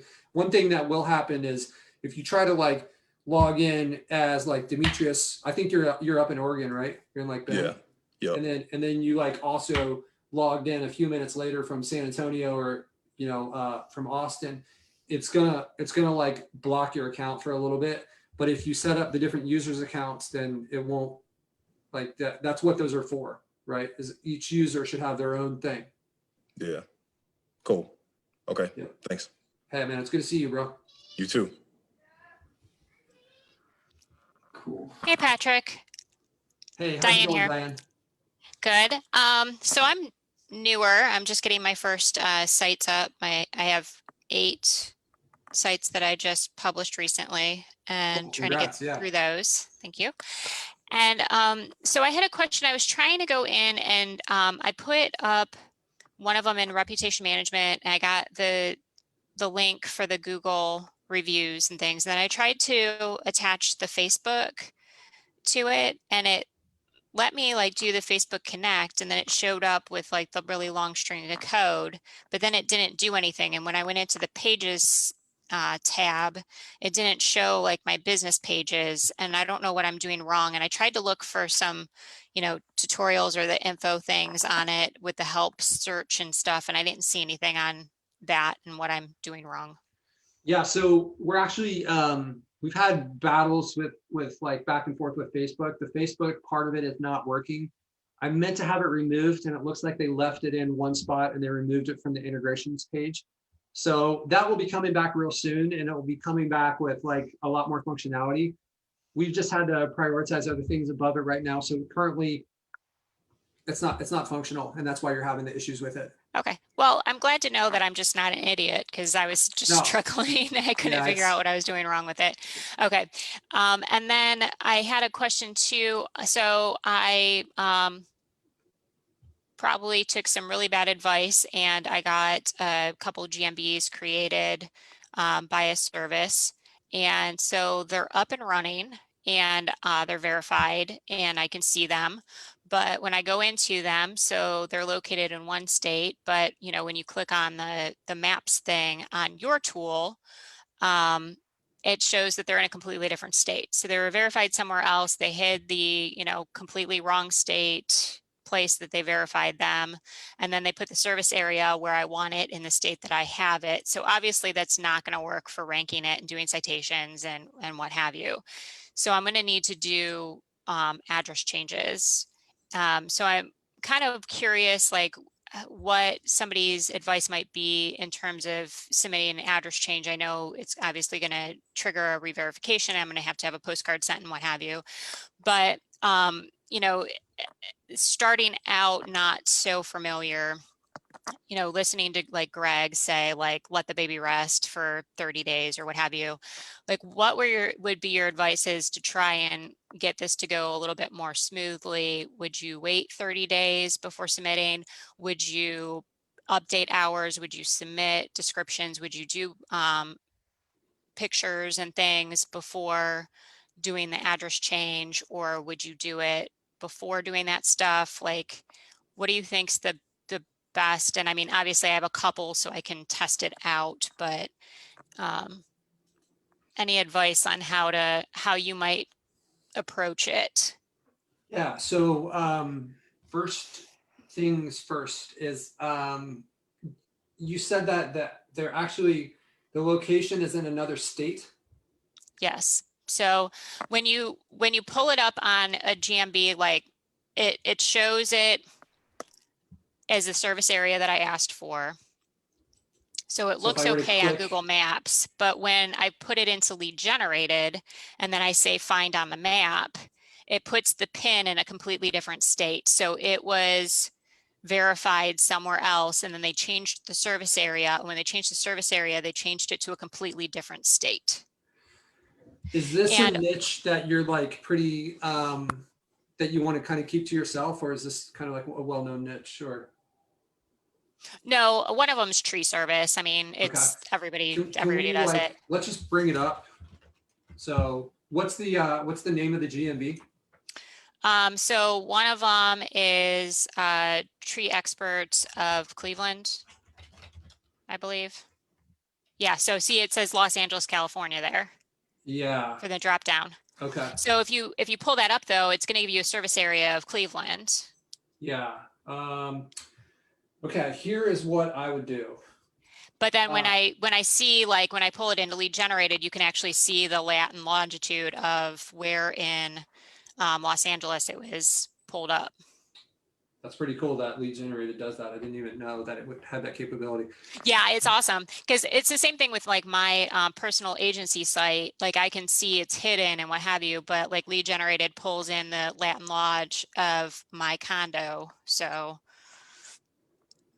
yeah, here's what I would do. I mean, this has no value at all for you here. And it has value though in LA. So I would change the service area to be LA. I would change the name of the GMB and maybe it won't get trigger re-verification. And I would start a service wherever it is in LA and leverage that existing GMB that you have, get some value from what's there. Whatever you do as far as like citations and any of that stuff, like if you re-verify, all that stuff is dead. So there's like, well, I haven't started any of that yet. This is new. So I haven't started doing citations or anything. And they were supposed to give me the address, but they didn't. So all I have is the Latin Lodge, but I don't have what the actual address was in LA. So I don't know if, you know, they put suite numbers in, like I can't use it. But I don't want to, I would still not necessarily give up on it. I think that this would be a really good question for Greg, but my advice would be don't change the address, keep it as it is, and then like go and use it in LA. And I think with Greg, like if that's not a low-hanging fruit niche in LA, tree service, then I think there's ways that you could probably move it into another category. I think Greg's got like a multi-step process for like transitioning things. But there's really no use to have that GMB like just disassociate in your mind with LA and this Cleveland site, because there's like essentially no relationship between the two, right? You trigger re-verification, you got to get a whole new GMB anyways. So like there's no reason to throw that one away either. You can just like find a good thing to use it out in LA, right? Does that make sense? Well, I mean, at that point, I'm gonna have to change the name, the site, the phone number, You're and gonna what have to have you. change the name. And I think you can do all those things except for the address. I think there's a way to do all those things without triggering a re-verification. Okay, if I do it slowly, kind of thing. Yeah, I mean, heck, like I would probably even like take it from you. I could pay you for it because I've got stuff in LA. I need more GMBs there. Like if we can make that transition successfully, but don't throw it away because it's in the wrong area. And then like once you change the address, you're essentially throwing it away because it's and you're gonna have to start over anyways. They gave you something that's worthless for Cleveland tree service by setting it up in LA. That's just like, for Well, lack my of a better issue though term, is that's too, I stupid they don't did that. have the actual address. And when I tried to pull it up with the locations thing, how you can go into locations and pull up that Excel spreadsheet or whatever that it downloads, it doesn't list it. It has it blank. Okay.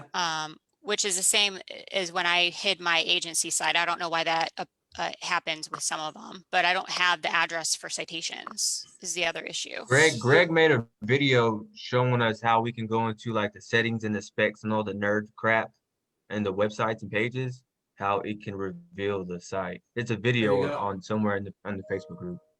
Well, Yeah. I've done the locations one where it has that spreadsheet that downloads and it doesn't appear there. And then I've also done into that when you're in the info thing and then you do the like inspect or details or something, and then you search for the thing within the lines of code and it's supposed to be in line like 200 But it has to something. be in there somewhere because It's not there. Let me message Greg while we're here. I don't know what he's doing. Maybe we can get him to jump on the call for a minute. I'll send him, and then he may be able to answer this. I agree with Joseph. Like I think that there's a way to reverse engineer it. Worst case scenario, you could use the longitude and latitude and find out what the address is associated with that longitude and latitude, and then list that as a citation. And Yeah, it's kind of like it seems like it's like a warehouse or what have you. And so I'm not sure if they have suites or things that would be, more to the citation than just the base address. I don't have like a perfect answer for you. I think Greg is going to be able to reverse engineer that and find out exactly what the address is, like Joseph said, using the nerd stuff. So if you can like dive in there a little bit, and that's how I would be doing it, is like that would be like the process that I would take. Is like, first, like, don't change the address, change the name. I would talk to Greg, and I can help because I know he's got a lot of people reaching out to him. Like I can probably, because this will be something valuable to other people, not for this reason. Like don't ever work with these people again that gave you this, because they're just like kind of maybe took advantage of you a little bit. And then like find a way to repurpose this in LA, whether it's within that same niche. And then like now you're gonna have to find a new one for this Cleveland area. I would try to, Diane, are you trying to target Cleveland? Are you trying to target suburbs of Cleveland? I'm trying to the whole area. Okay. Like, I don't know why they zoned in so much on that area or what have you. Because my other concern was I wanted to make sure that I didn't lose like that GMB name and that phone number, and that, like I would like to be able to use so GMB. Here's what you do is change the one in LA to something else. And I think the progression will be something like this, where it'll be like, maybe you can find a city in the LA area that's similar to Cleveland, like change it to that, and then change the phone number to something else. And then when you set up your new one, bring this one back over here, and then put this phone number in there. So that's the kind of things that Greg, that's like, I know his process is similar to that when he's trying to make that transition, where he's like making these like small steps, not to try to set off an alarm. And then he's like incrementally moving it in the direction that he wants it to go. Like, you don't want to just instantly make this be like Los Angeles window cleaning, because it's like, you know, that could trip an alarm for them. Yeah. When you set up your new one, like try to get it, like locate the middle of the area that you want to target, and consider like population density, or like consider the area that you want to rank the most, whether that be the center of Cleveland. Like Cleveland's a little weird because like if you were to put something in the center, normally you're going to be like equally close to here as you would be, but this is a lake. So like the center of Cleveland may not be where you want to be. You want to be in like the center of your service area. Because like I talked about this on the call last week, if you were putting an antenna somewhere, where do you want the signal to be the strongest? That's where you want to try to get your GMB. And what we do is like, when we get multiple GMBs, we'll put like if we get one in a really good location, then we'll put that one to our homepage, because that's going to be the strongest page on our site, right? Yeah, because I have, like I said, I have quite a few of these that are like this that need to be redone. Yeah. And I've been trying to figure out, you know, the best way to like, because I was debating, like, do I scrap these? If so, how? Because I don't want them to be like suspended and not be able to use that phone number, not be able to use that name. But I also don't want to throw that, you know, good money after bad if I'm trying to, like, you know, pay for a Craigslist address and then make this change, and then it gets suspended because it's fishy. So I've been trying to figure out a way to do it so that Google will go along with the re-verification or with the changes or what have you.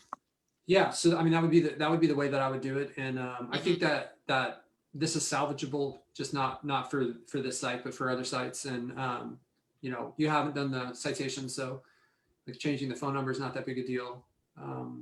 Like, and I think you can actually transition the phone number using what I laid out to you there. Cool. If you want to use a city in Los Angeles, you could use like Commerce, which is really almost in the heart of Los Angeles. Just FYI. Yeah, there you go. Cool.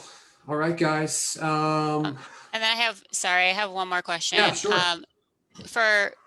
For GMB, like heat maps and all that stuff, like I have a customer that I was doing like a screencast thing and stuff, and they had reached out on Facebook. So it wasn't a niche that I was targeting, but they had reached out and they're interested in getting services, but they're brand new and they don't have a lot of money. And so, you know, I get the whole not working for too little and, you know, spending your money where it makes sense with LGs and stuff. But I kind of did want to help them. So I was trying to figure out a way to help them with the budget that they have. So she said she only has about like $500 to work with right now to start, and then only like $100 or $200 a month, which isn't really anything to work with. So to try to update the site just doesn't seem realistic with that, and then try to do backlinking or what have you. But trying to rank a GMB seemed like it was maybe more possible to do like a GMG optimization with citations and geotagging photos and some reviews and things like that. But then like ongoing, I didn't know, besides doing like maybe 2 posts a month or something with some keyword specific content, I didn't know what else there would be that might help, or if that would really add that much value. Because I don't want to do stuff just to take money if it's not going to really add value. Yeah, I mean, like there's a few different ways to answer this question. I want to try to give you the most valuable, and this comes up again and again, and people get sucked into this, and you're going to learn, whether you learn this lesson through my answer or whether you learn it on your own, you're going to learn this at some point. Like some people are just not, it's not like, I mean, I don't know what your financial situation is, but if you're trying to ramp up your business and take care of your family, you're going to have to make decisions on how you prioritize your time. Working with somebody that is going to have $100 a month to pay you, like when you get to the spot where you're like, hey, I just want to do like charity work and help everyone out, then this is the person maybe that you can revisit. But until then, you're going to like learning to say no to these people is just as valuable as like landing a deal with the right person, right? You've got X amount of hours that you can use in your day and in your life, right? And you're substituting this time, which is your most valuable resource, that you could be doing $1,000 an hour activity. What if you're building your own lead gen in LA for tree care, and that's going to pay you $3,000 a month, but you don't get to do that until 6 months from now when this thing shakes out with this person where they're not happy and you're not happy, and then now you've got free time and you can start to invest it in this. So I don't know that there's anything that would justify, like, what would I do for $100 a month? Like, I don't know what I would do. I would like personally, like and it's maybe not the answer you want to hear, but I would tell, like, I would tell them no. That's what I would do. Is I would say, like, unless this is our minimum, and I'm just not willing to work for less. I'm sorry. I'd love to help you. I love helping people, but you know, they're putting you in a situation. They're going to benefit from this, and they're not spending very much money for it, right? And you know, their inability to like I was telling Dave earlier, we're an average of how we spend our time, and the same goes for them too. They haven't invested in marketing. They haven't invested in somebody who knows how to build these sites. So maybe that puts them in a situation where they have $100 and $500. They're in that like scarcity mindset. You've got to learn to walk away from these people and tell them no, even if like I'm very empathetic and I love helping people, but it's a hard thing to do for some people. Some other people can just like, nope, I'm out. I'm not doing that. I feel with you, like you want to be a helper. So, but you also have to, you know, you got to do things that are going to, this isn't going to impact them. It's just going to waste your time. And then you're going to lose this client at some point if they're not paying you, because you're not going to be happy with what you're getting from the situation. Right. Okay. Well, I appreciate absolutely. you know, the perspective, because I've been debating if there was something that I could do or not, or if it was just a waste of time, or if it was good for a resume builder or what for a little while. Yeah. I mean, I would be, life is now. Go, like, you don't need to build your resume. Go build like huge assets, right? It's not that much harder. It may not be any harder to land a site that can pay you $5,000 a month than it is for $150 a month. You just have to do it in a more intelligent way from the beginning, right? Yeah. Well, I am talking to somebody who's like I quoted them more like $1,200 a month for SEO. So that's what I'm talking about. Yeah, that's where you need to spend your time. And if I did that with the GMBs, they would have 2 locations. Do I have to can I do multiple locations under that, since it's an actual real business with a business license and like licenses in that area? Or do I need to do the like fake address and a separate email for that other GMB? I mean, regardless of whether they have a license or not, I would be like defaulting to that multiple GMB strategy. I would also be defaulting towards moving these people towards using the stuff that I own. And like, if I don't own it, then I'm going to be building it. And I would tell them like, here's the steps you want to take them through is, you know, let me share my screen real quick and let's talk about this. So is this in a niche that you want to share? Oops, I shared the wrong screen. 1 second. Well, they're in pest control. So that's the other issue. It's harder to get GMBs and things like that in pest control. I thought that was on the list. They've already gotten their own suspended and they can't figure out how to get reinstated because they don't realize that they just need to send the business license. It's a spammy niche, and it's also like, what do you think the average ticket price is for pest control? I know I pay for it in my house. I think we pay like, I don't know, $60 a month or something. Right? Yeah, he's trying to sell, I think he sells like annual packages or whatever for like $1,500. Okay. So and he has really low overhead, so it's a high profit niche for him. Okay. So what do you want your average client to be? How much do you want them to be paying you? I'm hoping for like 750 at least. Okay, why that number? Just because it seems like it'd be like, I wouldn't need a terribly large amount of lead gens. Mhm. Like this is assuming lead gen, not SEO. Okay. I wouldn't need a terribly large amount of lead gens to be able to quit my job and then Okay. just focus on this and be passive. And I'd be able to afford to possibly have some like VAs or what have you and still Mhm. have a decent cushion. How much do you Not need that to I quit your couldn't do that job? with 500. What's that? How much do you need to quit your job? Probably like 7,000 to allow for, taxes and expenses and stuff. Okay, so how many sites do you need to get to 7,000 at 750? Well, about 10-ish. So that's assuming that 100% of them are going to be successful, right? Right. But they're not. So yeah, I have a 20 pack with Donnie. I only have 8 up right now. Okay, so do you think it's hard to start a pest control business? No. What do you think that if it's not hard to start the business, how do you think that's going to affect the competition level? Right. It's going to be higher and you're not going to be able to get as much profit. I do have a couple other niches that I'm doing. Yeah. But... So I did 3 in trees, and then I did 3 in another niche, and then I did 2 in another niche. And the one with the 2 has a higher, would be much higher profit and what have you. Mhm. I didn't try to go into pest control. This was just somebody that reached out to me on Facebook and asked for a Yeah. screencast. So, you and he's hungry and he wants to grow. So that's why I'm considering him for an SEO client. But yeah, it's you're in this spot right now where I think a lot of JKers get stuck, and it's sometimes you got to take a couple lumps, but if you want to avoid those,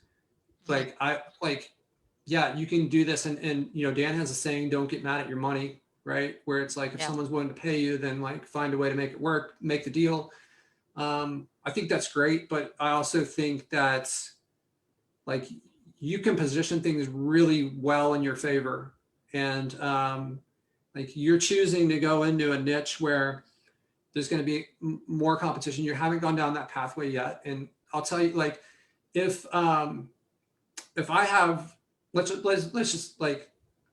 say I start a site for building swimming pools, right? That's like my classic example. Is that an easy company to start building swimming pools?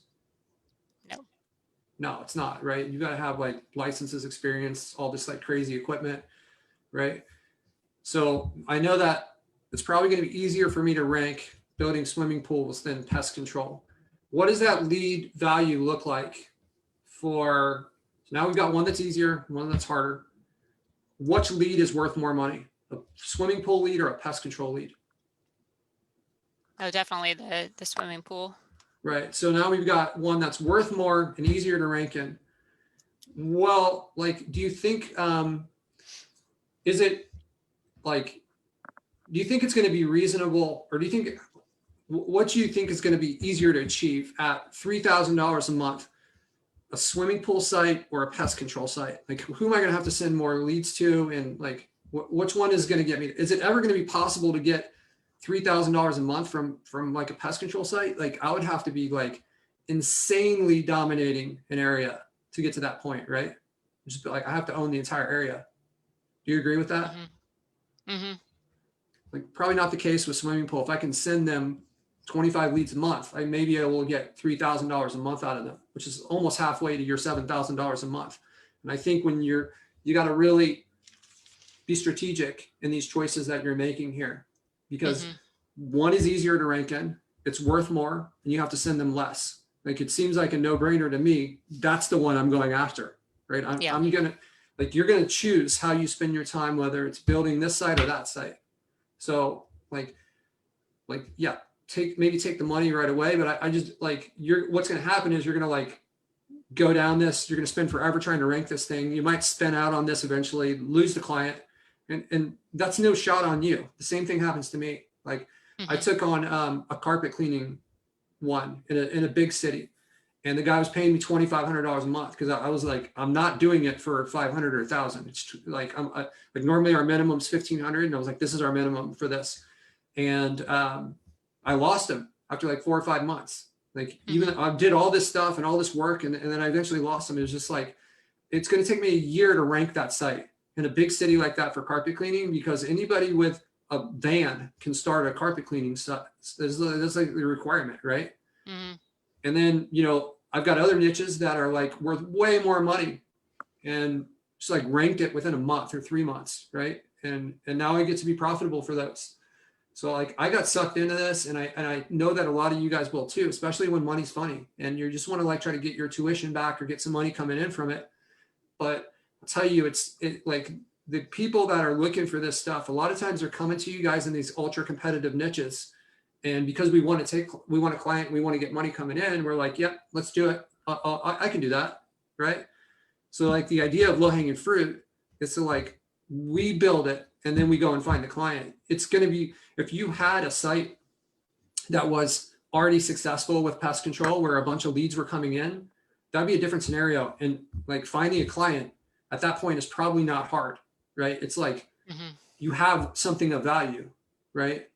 But you're like, so I keep on kind of harping on this point on this call and in previous calls, but I think it's really important thing. I think it's important to realize how this works. And, you know, I made all these same mistakes. I've made all like a lot more than I care to admit. I've got sucked into it. And what I'd love is, you know, if somebody listened to this, just like skips that and doesn't have to go through what I think you may be facing here. Cool. All right. I see that. Do you have any other questions, Diane? No, just if you or Greg or somebody can circle back with me and like on that, because I have quite a few of those to absolutely. I think somehow. Yeah. I mean, this is a learning process too. You can take some positive away from this. These GMBs you got are probably not worthless. But you know, I didn't feel like they were. I just felt like I'm not sure the right way to salvage them and to not mess it up. Yeah, it's doable. They're not. That's all is not lost, right? Yeah. So I know that I hope that you don't find the message I just delivered you to be like discouraging, but it's. No, not at all. Okay. Cool. All right. Awesome. So I see that that Greg. I don't know how to pronounce your last name, Holmeyer. I'm trying to post one of my GMBs via lead generated, and every post is marked as rejected with a red and white tag saying so. What is the deal with this? I use the same post on another of my GMBs and it goes through fine. So here's what's happened a lot. We've had a lot of problems with the posting, and what's going on is like we send it over to Google. Google puts it through a review process, and then they reject it. And so that's why like a lot of you people have like some posts are going live and some are not. So we're working through and trying to have a way that we can get better information to you. But the process, there's like a review process that Google does where they're rejecting posts. And I think I can find, I was reading an article and I was going through this today and we've been working on this posting issue has been one of the biggest problems that we've had. And I'm going to share this. I'll open this up here. Maybe we can put it in, maybe somebody can. Okay. So searchenginejournal.com/Google My Business Problems, 5 common Google My Business Problems and how to resolve them. So this will talk to you a lot about why Google is rejecting different posts. Somewhere in here, I was reading about this, and I can share this. I'll share this in the chat.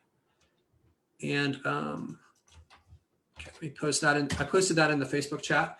So this will tell you some of the stuff is just getting blocked that way.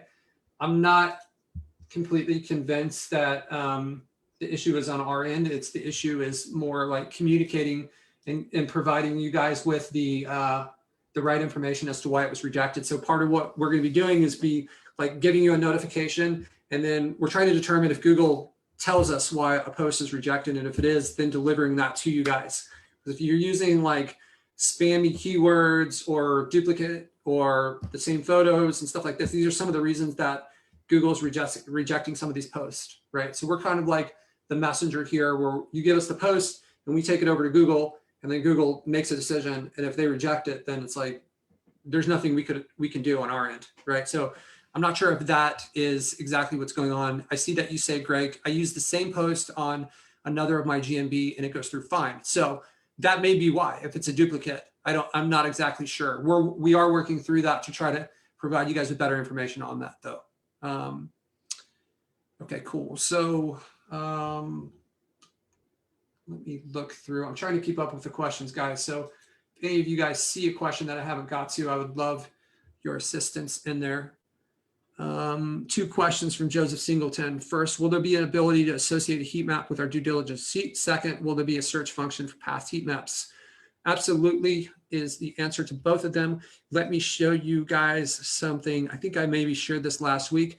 You guys are going to love this though. We have some awesome heat map stuff coming out. I just need to pull up the link if you give me one moment. So you can associate the heat map already in some extent. You could create like within due diligence. I think there was somebody that was asking me exactly how the due diligence stuff works. So just so you guys know, if I go in here to, research and then due diligence, all niches is where we're at. And then if I go to all worksheets, I can make my own worksheet, right? So if I wanted to come in here and add in my own different fields. So perhaps I want to have a field called, we'll call it like heat map share link, right? So that would be one way we could do it. We could have, and I could add that in there, or I could have like heat map score, right? Maybe the heat map average score or something. So I imagine Joseph has been around this software for a little while. I imagine you already knew about this stuff where you can add this in there. And that's kind of like a manual way to do it. So maybe not exactly the answer that you're looking for, but I just want to make sure everyone knows that's available. So I think maybe what you're looking for is how do we draw like a hard connection between them where maybe we pull that picture in there. So that is something we're talking about and we want to put in there. To be honest, it's not at the top of our priority list. I've just got a lot of other pieces that I want to add into different parts. As a part of this, I think an extension of your question, we're also, when we go to do this update, I also want to have like API connections into like Majestic and Ahref. So that way you can put a site in there and we can put in some automation for you. And I'm looking at adding in a lot of automation for this due diligence. So you know how we have in the other parts of the program. Let's go over here and look at these website forms where we have certain fields that are like these predefined fields, like these maps.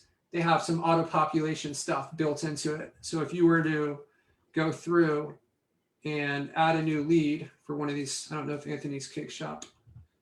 So, bad choice. Let's try Bob's Barnes.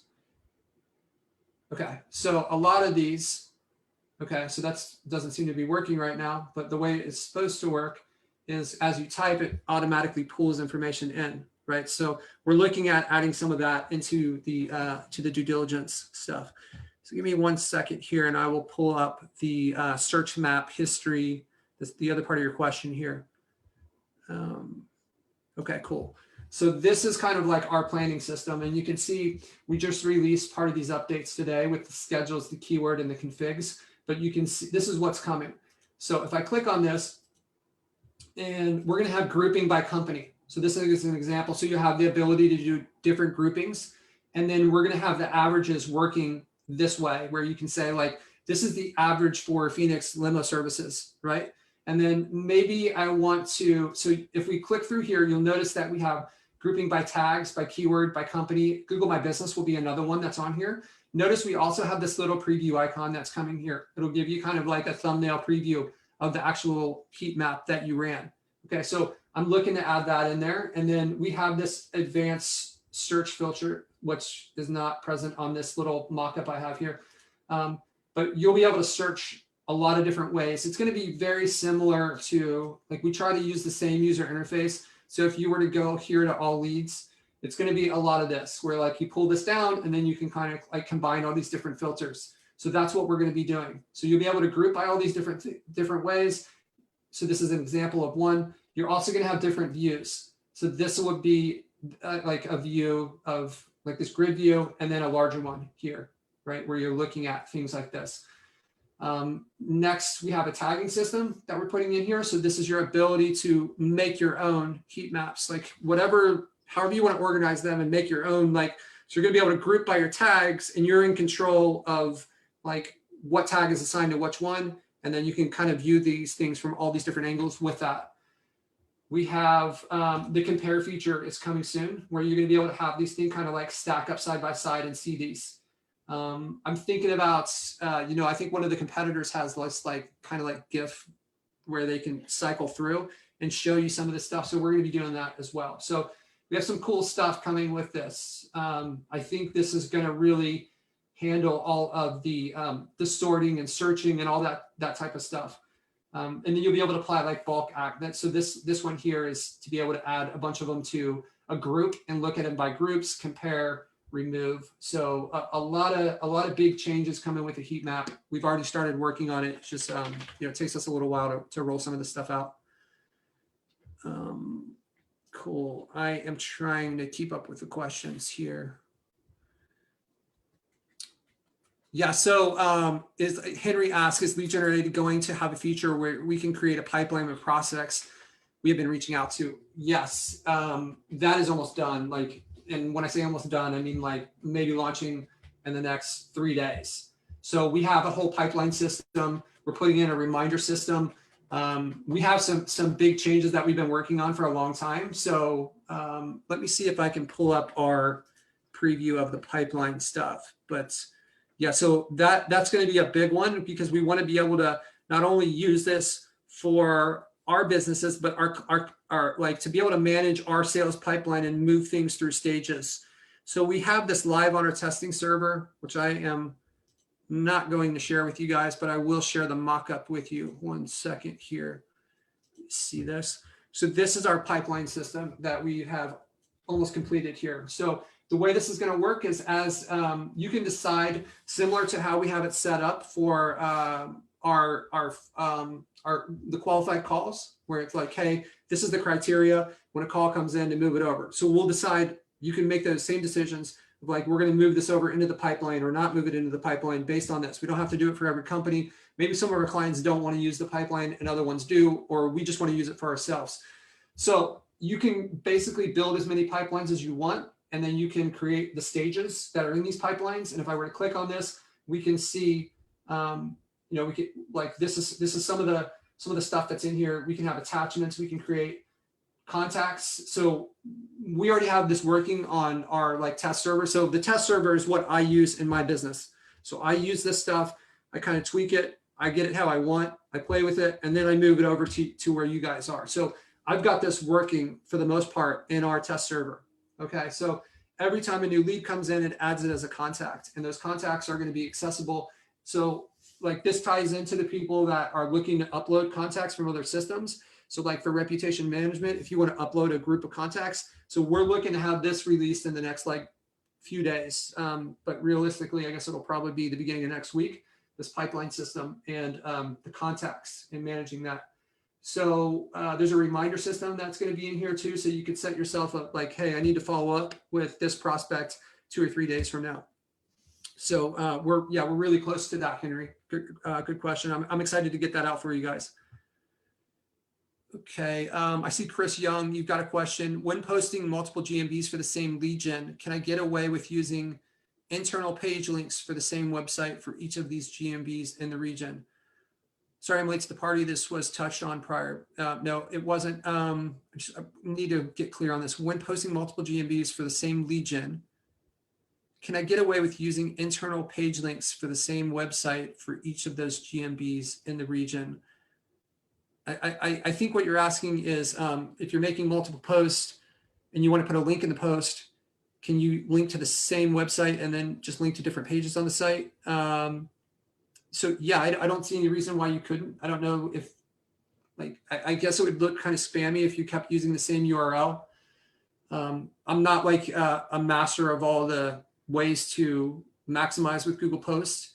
But I would think as long as you're like diversifying it and adding value, regardless of it going to separate pages, like they like if it's like they're giving us the ability to make posts on Google and the GMB is associated with the website. So they should expect it to be going to that website. Like if you think about like Domino's or something, they don't have like Domino's LA, Domino's Denver. They have domino's.com and then they have like LA, Denver, and all these different ones. And each one of them are running their own offers and it's going back to the same domain. So like, I'm just kind of like making deductions based on this. I would be surprised if Google had any kind of rule against that though. Okay, cool. So just kind of scrolling up here, looking. Does anyone that's on the Zoom call have any other questions while I'm looking for additional ones inside Facebook here? Why can't we add service locations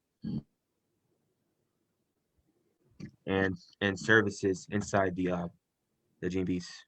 Like when we're managing them, we can't add like locations or. Oh yeah, services. we're going to be able to do that. We had some issues with that, and we removed it just to make sure that we didn't possibly trigger like a re-verification from Google because of like not giving them Google changed their API a couple times on us. So we had a couple people that said that they tried to add a service area and their GMB got suspended. So we just like removed the ability to make sure no one else could potentially get suspended. So we're testing that. We're going to be adding it back. We're going to be adding in like, basically Google is the one that decides what we can and cannot influence on the GMB, like changing it. So they have what's called an API, which is basically their connection to influence the data, right? So Google says what data points we can change. So for any data point that they allow us to change, we're going to give you guys that ability to change that. That's kind of like the commitment that I have towards this. So that means like things like the appointment URL and the short URL, like hopefully the ability to hide the address. So it's just really going to be limited on what they allow us to do. But like my intention is to do it for anyone that they'll allow us. They will allow us to do service areas. And I can't remember what the second one you asked Joseph was, but I think the answer is yes to both of those. Yeah, the services, because like services, yeah. They allow us because to do now those. I have to have I kind of instruct this lady. I have to tell her like, yeah, log in and I need you to start adding these different towns around you inside of your GMB, and I don't want her to mess it up. You know what I mean? Right. Yeah. I'm excited to get those back in there for you. We already have it coded and built. It's just a question of like me trusting that it's not going to cause any problems for anyone. So I'm just kind of like going back and doing some more testing on that. And then once I'm convinced of that, I'll add it back in there. I don't want to ever be responsible for anyone's GMB getting suspended because of like something we did. Right. So yeah. Okay, cool. Let's see here. 2 questions, functionality. Okay, I already answered that.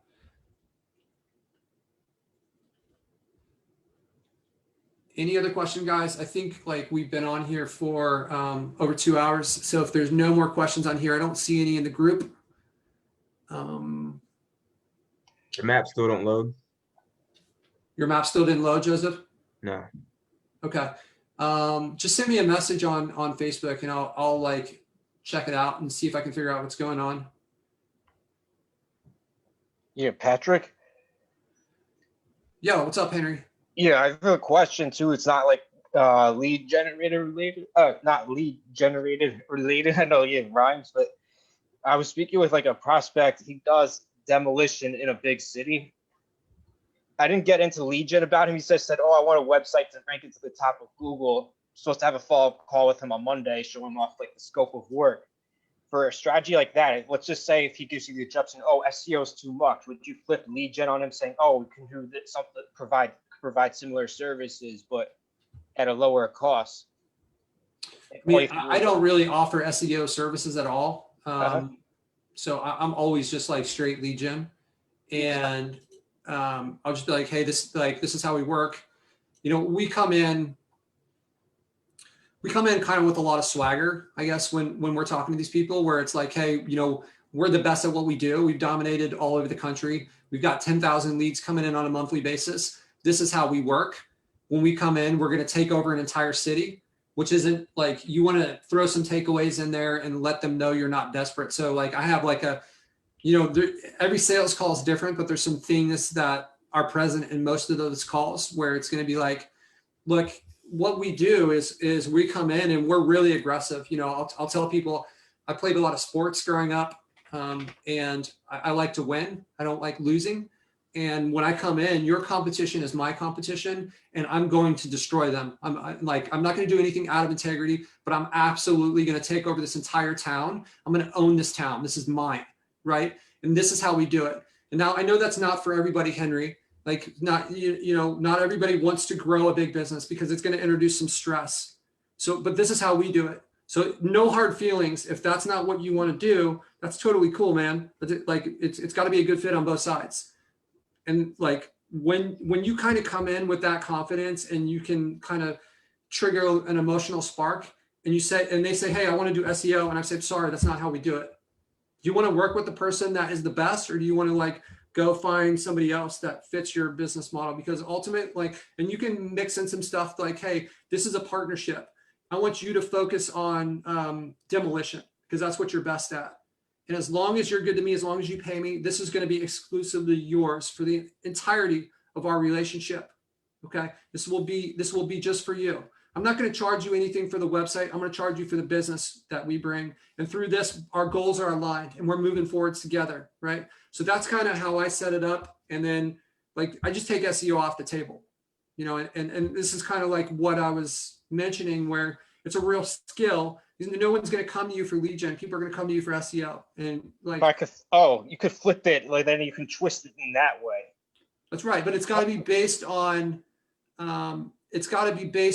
like them believing in you, and you can't come in there like lacking confidence or stumbling over your words. You know, just like I said it, like I think most business owners, I've heard this from them, like, I went with you because you were so certain on what was going to happen. And that's like, they feel that emotion in there, and they've already decided they want to work with me. So they have to kind of play by my rules at that point.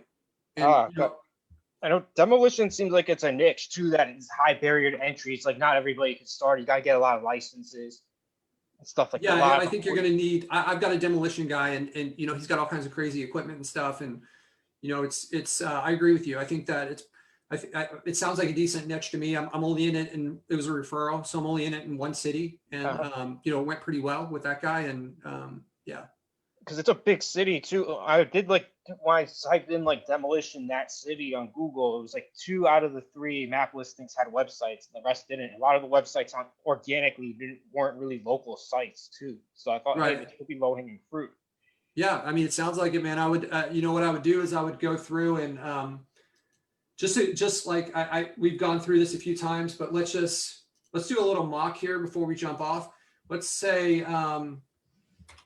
let's pretend that I want to go into demolition in Chicago. So I'm going to go to like, the first thing I'm going to do actually is I'm just going to like, I want to know what the top keywords are, and I'm going to pretend that I already know. So let's just say you guys already did this. Like, let's say it's demolition company, which is probably not it, but let's just pretend that my research showed me that, and I'm going to go into Chicago, Illinois. So this site right here is Bright Local. This is a free site, and it's going to, the benefit of what this site does, I'll post this in the Facebook group now, is, there we go. Okay, it's in the Facebook group. So this will let you search as if you're in Chicago, and for this, as if I have no search history. So I'm just using this as the way to find like a company. So I'm going to click on this page 1, and it's going to show me the results as if I had searched from there. So this company comes up first, this Demo Chicago, and they don't have a website. I've got their name now. I'm not thinking like this is the top company just because they're showing up in this random spot that this tool chose. But what this will let me do is it gives me a starting spot. So I can go to maps.google.com. Patrick, can you share your screen? Oh my gosh. I thought you guys could see this whole time. Thank you for saving me from further embarrassment. All right, let me start this over. Okay, so this is the site that I went to, right? It's, I'll just go back through this again. So there we go. Okay, so let's say demolition, what I say, demolition services or company or something. We'll do services this time. And then I'll say Chicago, Illinois. Okay, so this is going to give me the results from one location. Okay, so this is the search results as if I chose, and I think they try to put, they try to choose like a centralized location, but who knows where it is. Okay, so I've got that company name, and now I'm going to go here and I'm going to look for this company, right? So looks like this one's actually in Northern Michigan. Demo, so it's Chicago, but they've got kind of that situation that Diane had where they're not even, oh, maybe they are in Chicago. I don't know where it said Northern Michigan. Okay, it looks like that's their address. Oh, Michigan Avenue. Okay, gotcha. All right, so that's the company right there, and that's their location. So now I'm going to get their map URL by clicking on that share button and putting it up here. Okay, and I'm going to wait a couple seconds. And okay, so I think that's the actual map URL now. And this is where lead generated starts to be really cool with trying to get your, do your due diligence. So I'm going to take this company over here and I'm going to choose map URL, paste that guy in there, and then I'll do demolition services. I could, if I wanted to find out how they're ranking for a bunch of things, I can make a keyword list for it and run through a bunch at the same time. But I'll do this one and okay, cool. So just to show off how this works, I'm going to not check out how it's ranking on the middle of the water. I'm going to draw my own shape. And let's see, that's going to be my search grid. And let's click and see who is ranking here. So I don't know if there's a bunch of you guys. Okay, so this one's already in progress. You see, Joseph, there must be something weird going on with you or your account. But it started right away for me this time. So we can see, like right away, like this is down here.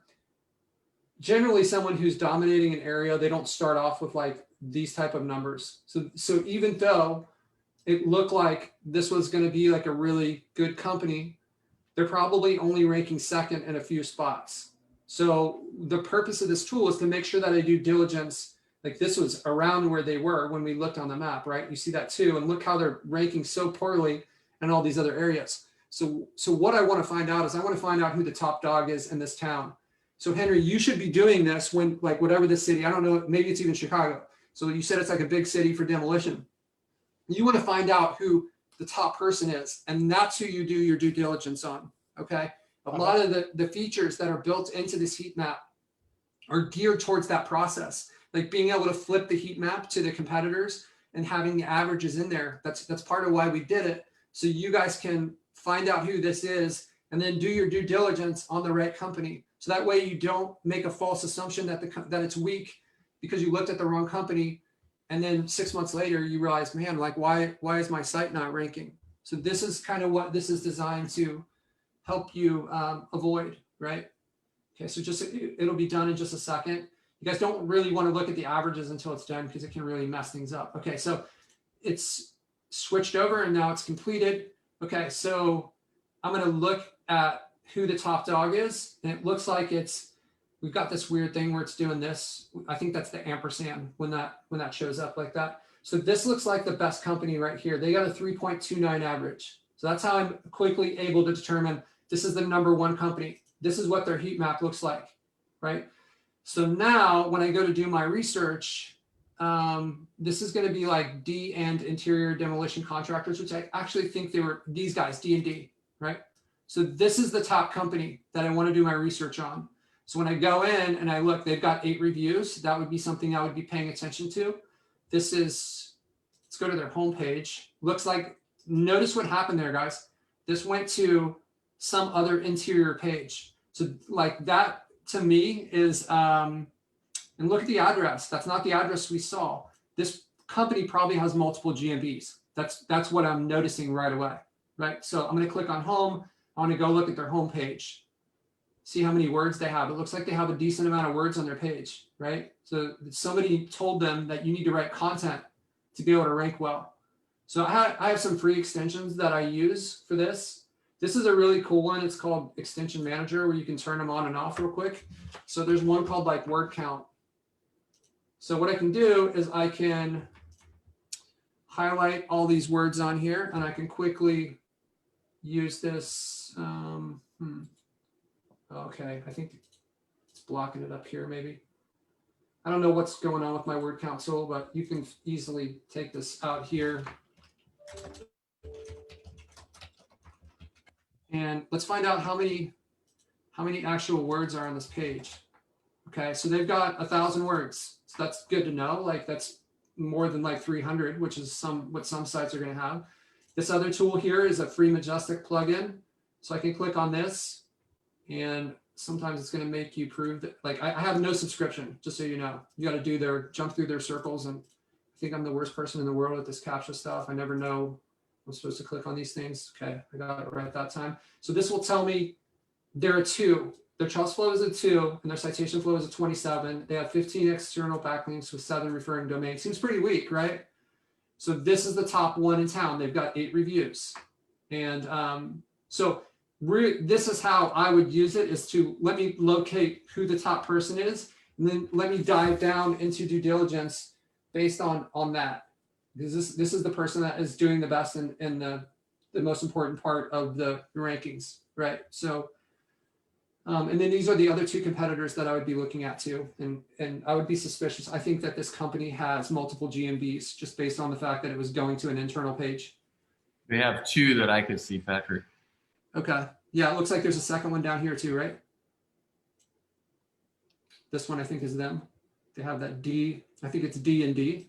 So that's so it's like that means ampersand in computer language. So that's D&D interior, which is in selective demolition, which is the same as this one. They altered their name. It almost looks like somebody told them to make the names different. I don't think demolition companies know to set up a second GMB and differ the names a little bit. So it's like they were educated.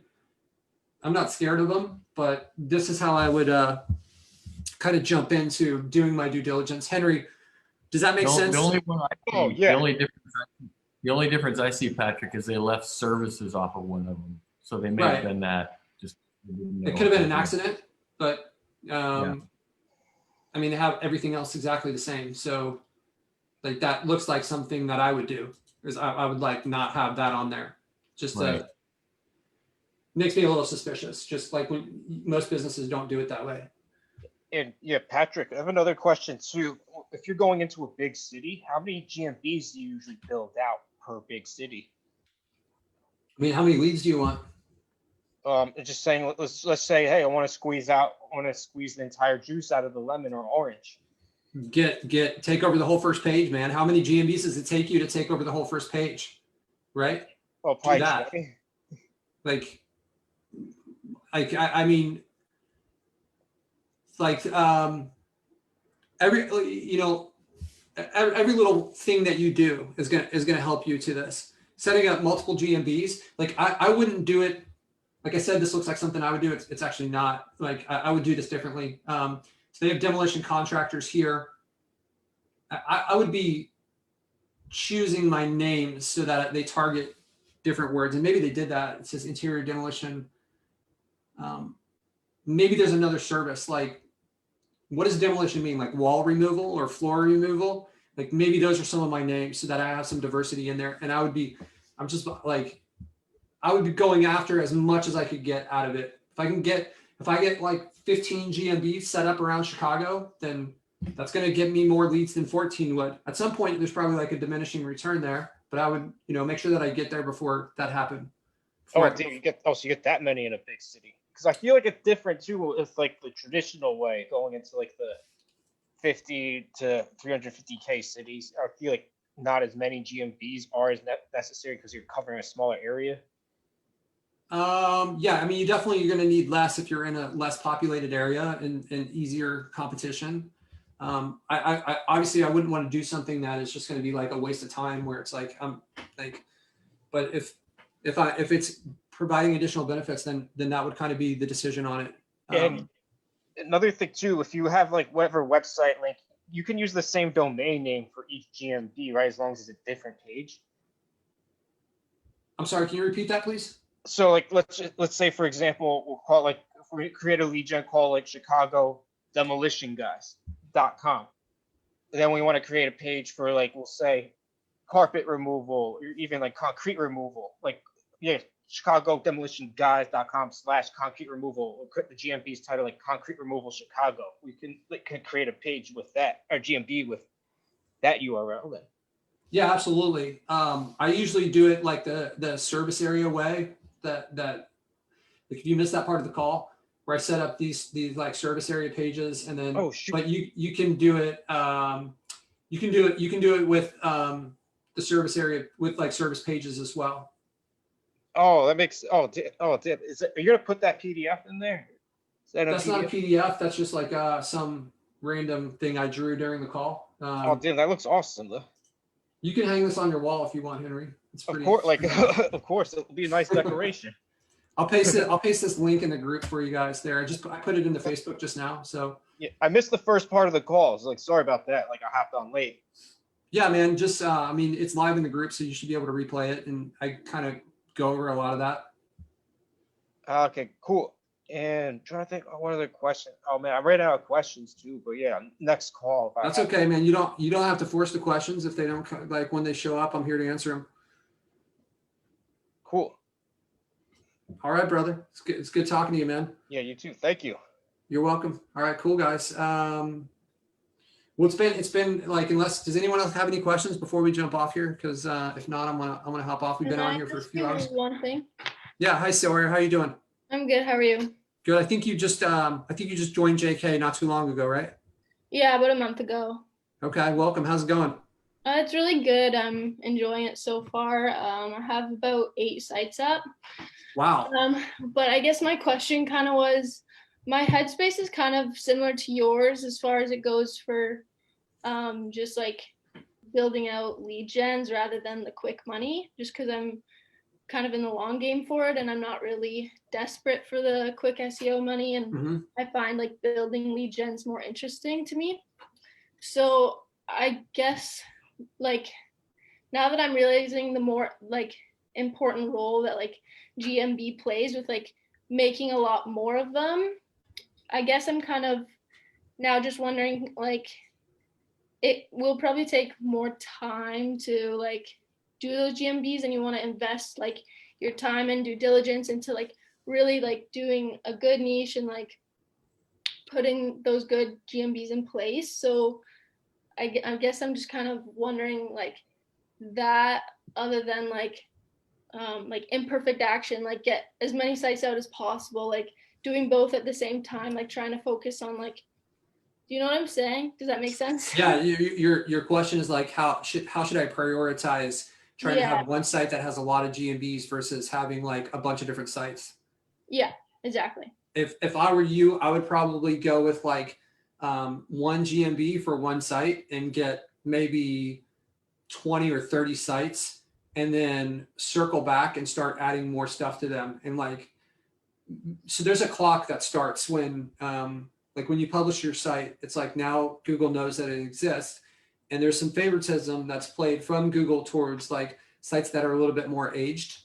So I'm not sure if you've seen him in the group yet, Damien. He's a big proponent of trying to like build a ton of sites and have them age, and then he goes back and revisits them. And I kind of like that strategy because it means that we're letting them sit there while like they're not going to rank as quickly as if we had put all our time into them from the beginning and just like focused on one. But he has such a like wide foundation of sites, and then he can revisit them, and they're like the clock has started on them, right? So I would go through it like this, where this goes for everyone, right? Let's say we're going to build 20 sites. I would build 22-page sites where I get a GMB live for each one. And then I would take those sites from like 2 pages to 10 pages. And then I would say, let me get reviews for all these GMBs, make sure my citations are done. And it's a longer play, right? It's not how you get like the quickest money, but it's maybe like per your time, it's probably how, like, it would be what I would do if I were in your shoes and I wanted to, like, maybe I want to get to like 10K a month as quickly as possible, but I have money to pay my bills right now. So it's like, I don't need to like go crazy on 3 sites and get $1,000.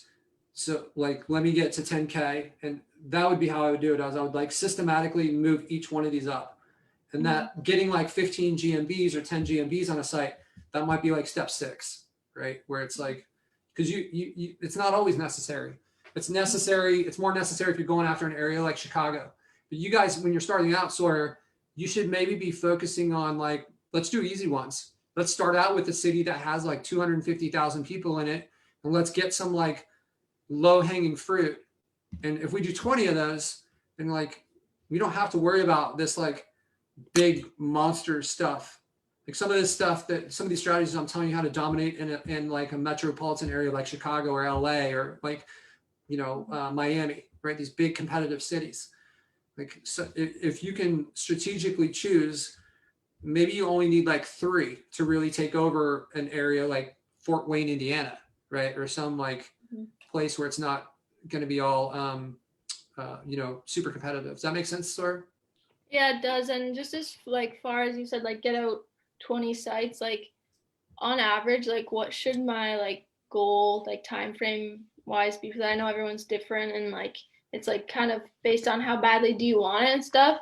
But yeah, I'm just curious. 2 years ago in April, Dan had a contest where he said, who can build 10 sites in 24 hours? So it was a stressful 24 hours, but we built 10 sites in 24 hours. They were all 2-page sites. They were kind of copies of each other where we switched out the photos, renamed the photos, and switched and wrote original content. It was like, so we did 10 in 24 hours. So like I wanted it bad, right? You go, how bad do you want it? I don't know what your current, I know that we were messaging back and forth and I can't remember. I think maybe you have a job or I can't remember, but I don't know what your available time is, but I think you could reasonably get your 10 sites done. You should be able to get the 10 done by the end of January. And then you could have the next 10 done by the end of February. I think that's like, maybe that's too lax. Like if you really want this, how aggressive, there's no rule of like how quickly you can go. Yeah. Like I there's an definitely, average. yeah, I can definitely see myself doing like at least 10 a week. Like that's what I've been like really keen on doing. And I've been working towards that. I think the one step that maybe is holding me back a little bit is like, okay, am I doing a bunch of the same niche or should I like branch out into like different ones? And that holds me back from like progressively getting out more sites because I'm a little bit more stuck on the due diligence of what niches to go into, like different ones. Or So it sounds like you really like to analyze things. yeah, a little bit, but like most of the sites I have now is just like, okay, let's just go into them. I have no idea if this is like even correct, but I can't just do nothing. So I mean, it's certainly better to take imperfect action than it is to do nothing, but you need to, you like rewatch this video and when you do, write down this stuff, or if you can keep up with it now, write it down. But I would say like choose a niche where the average ticket price is going to be at least $750 to $1,000. Choose a niche where it's going to be hard to create a business. Like don't go into like carpet cleaning where anyone can do that. Have some barrier to entry. Okay. I like to choose ones that have Google Ads running. I like ones where there's a license required. I know some people are afraid of that, but I think it helps keep out some of the riffraff, and I've never had a problem with like licensing when I have stuff coming in. Choose one, think about the sales cycle. So for instance, if you were thinking about like somebody that is getting their carpet cleaned, that sales cycle is probably a couple hours versus like a realtor where they're like, if you were giving leads to a realtor, it may be 90 days from the time that lead comes in to where the realtor actually collects money. And that makes it hard for them to pay you the second month and the third month if they haven't closed any deals yet. So I would like take that into account. I would stay away from things that are going to be really branded towards like a doctor or a lawyer, because that's going to lend itself to be more SEO deals than lead gen. It'll be harder to position something as a lead gen in those niches.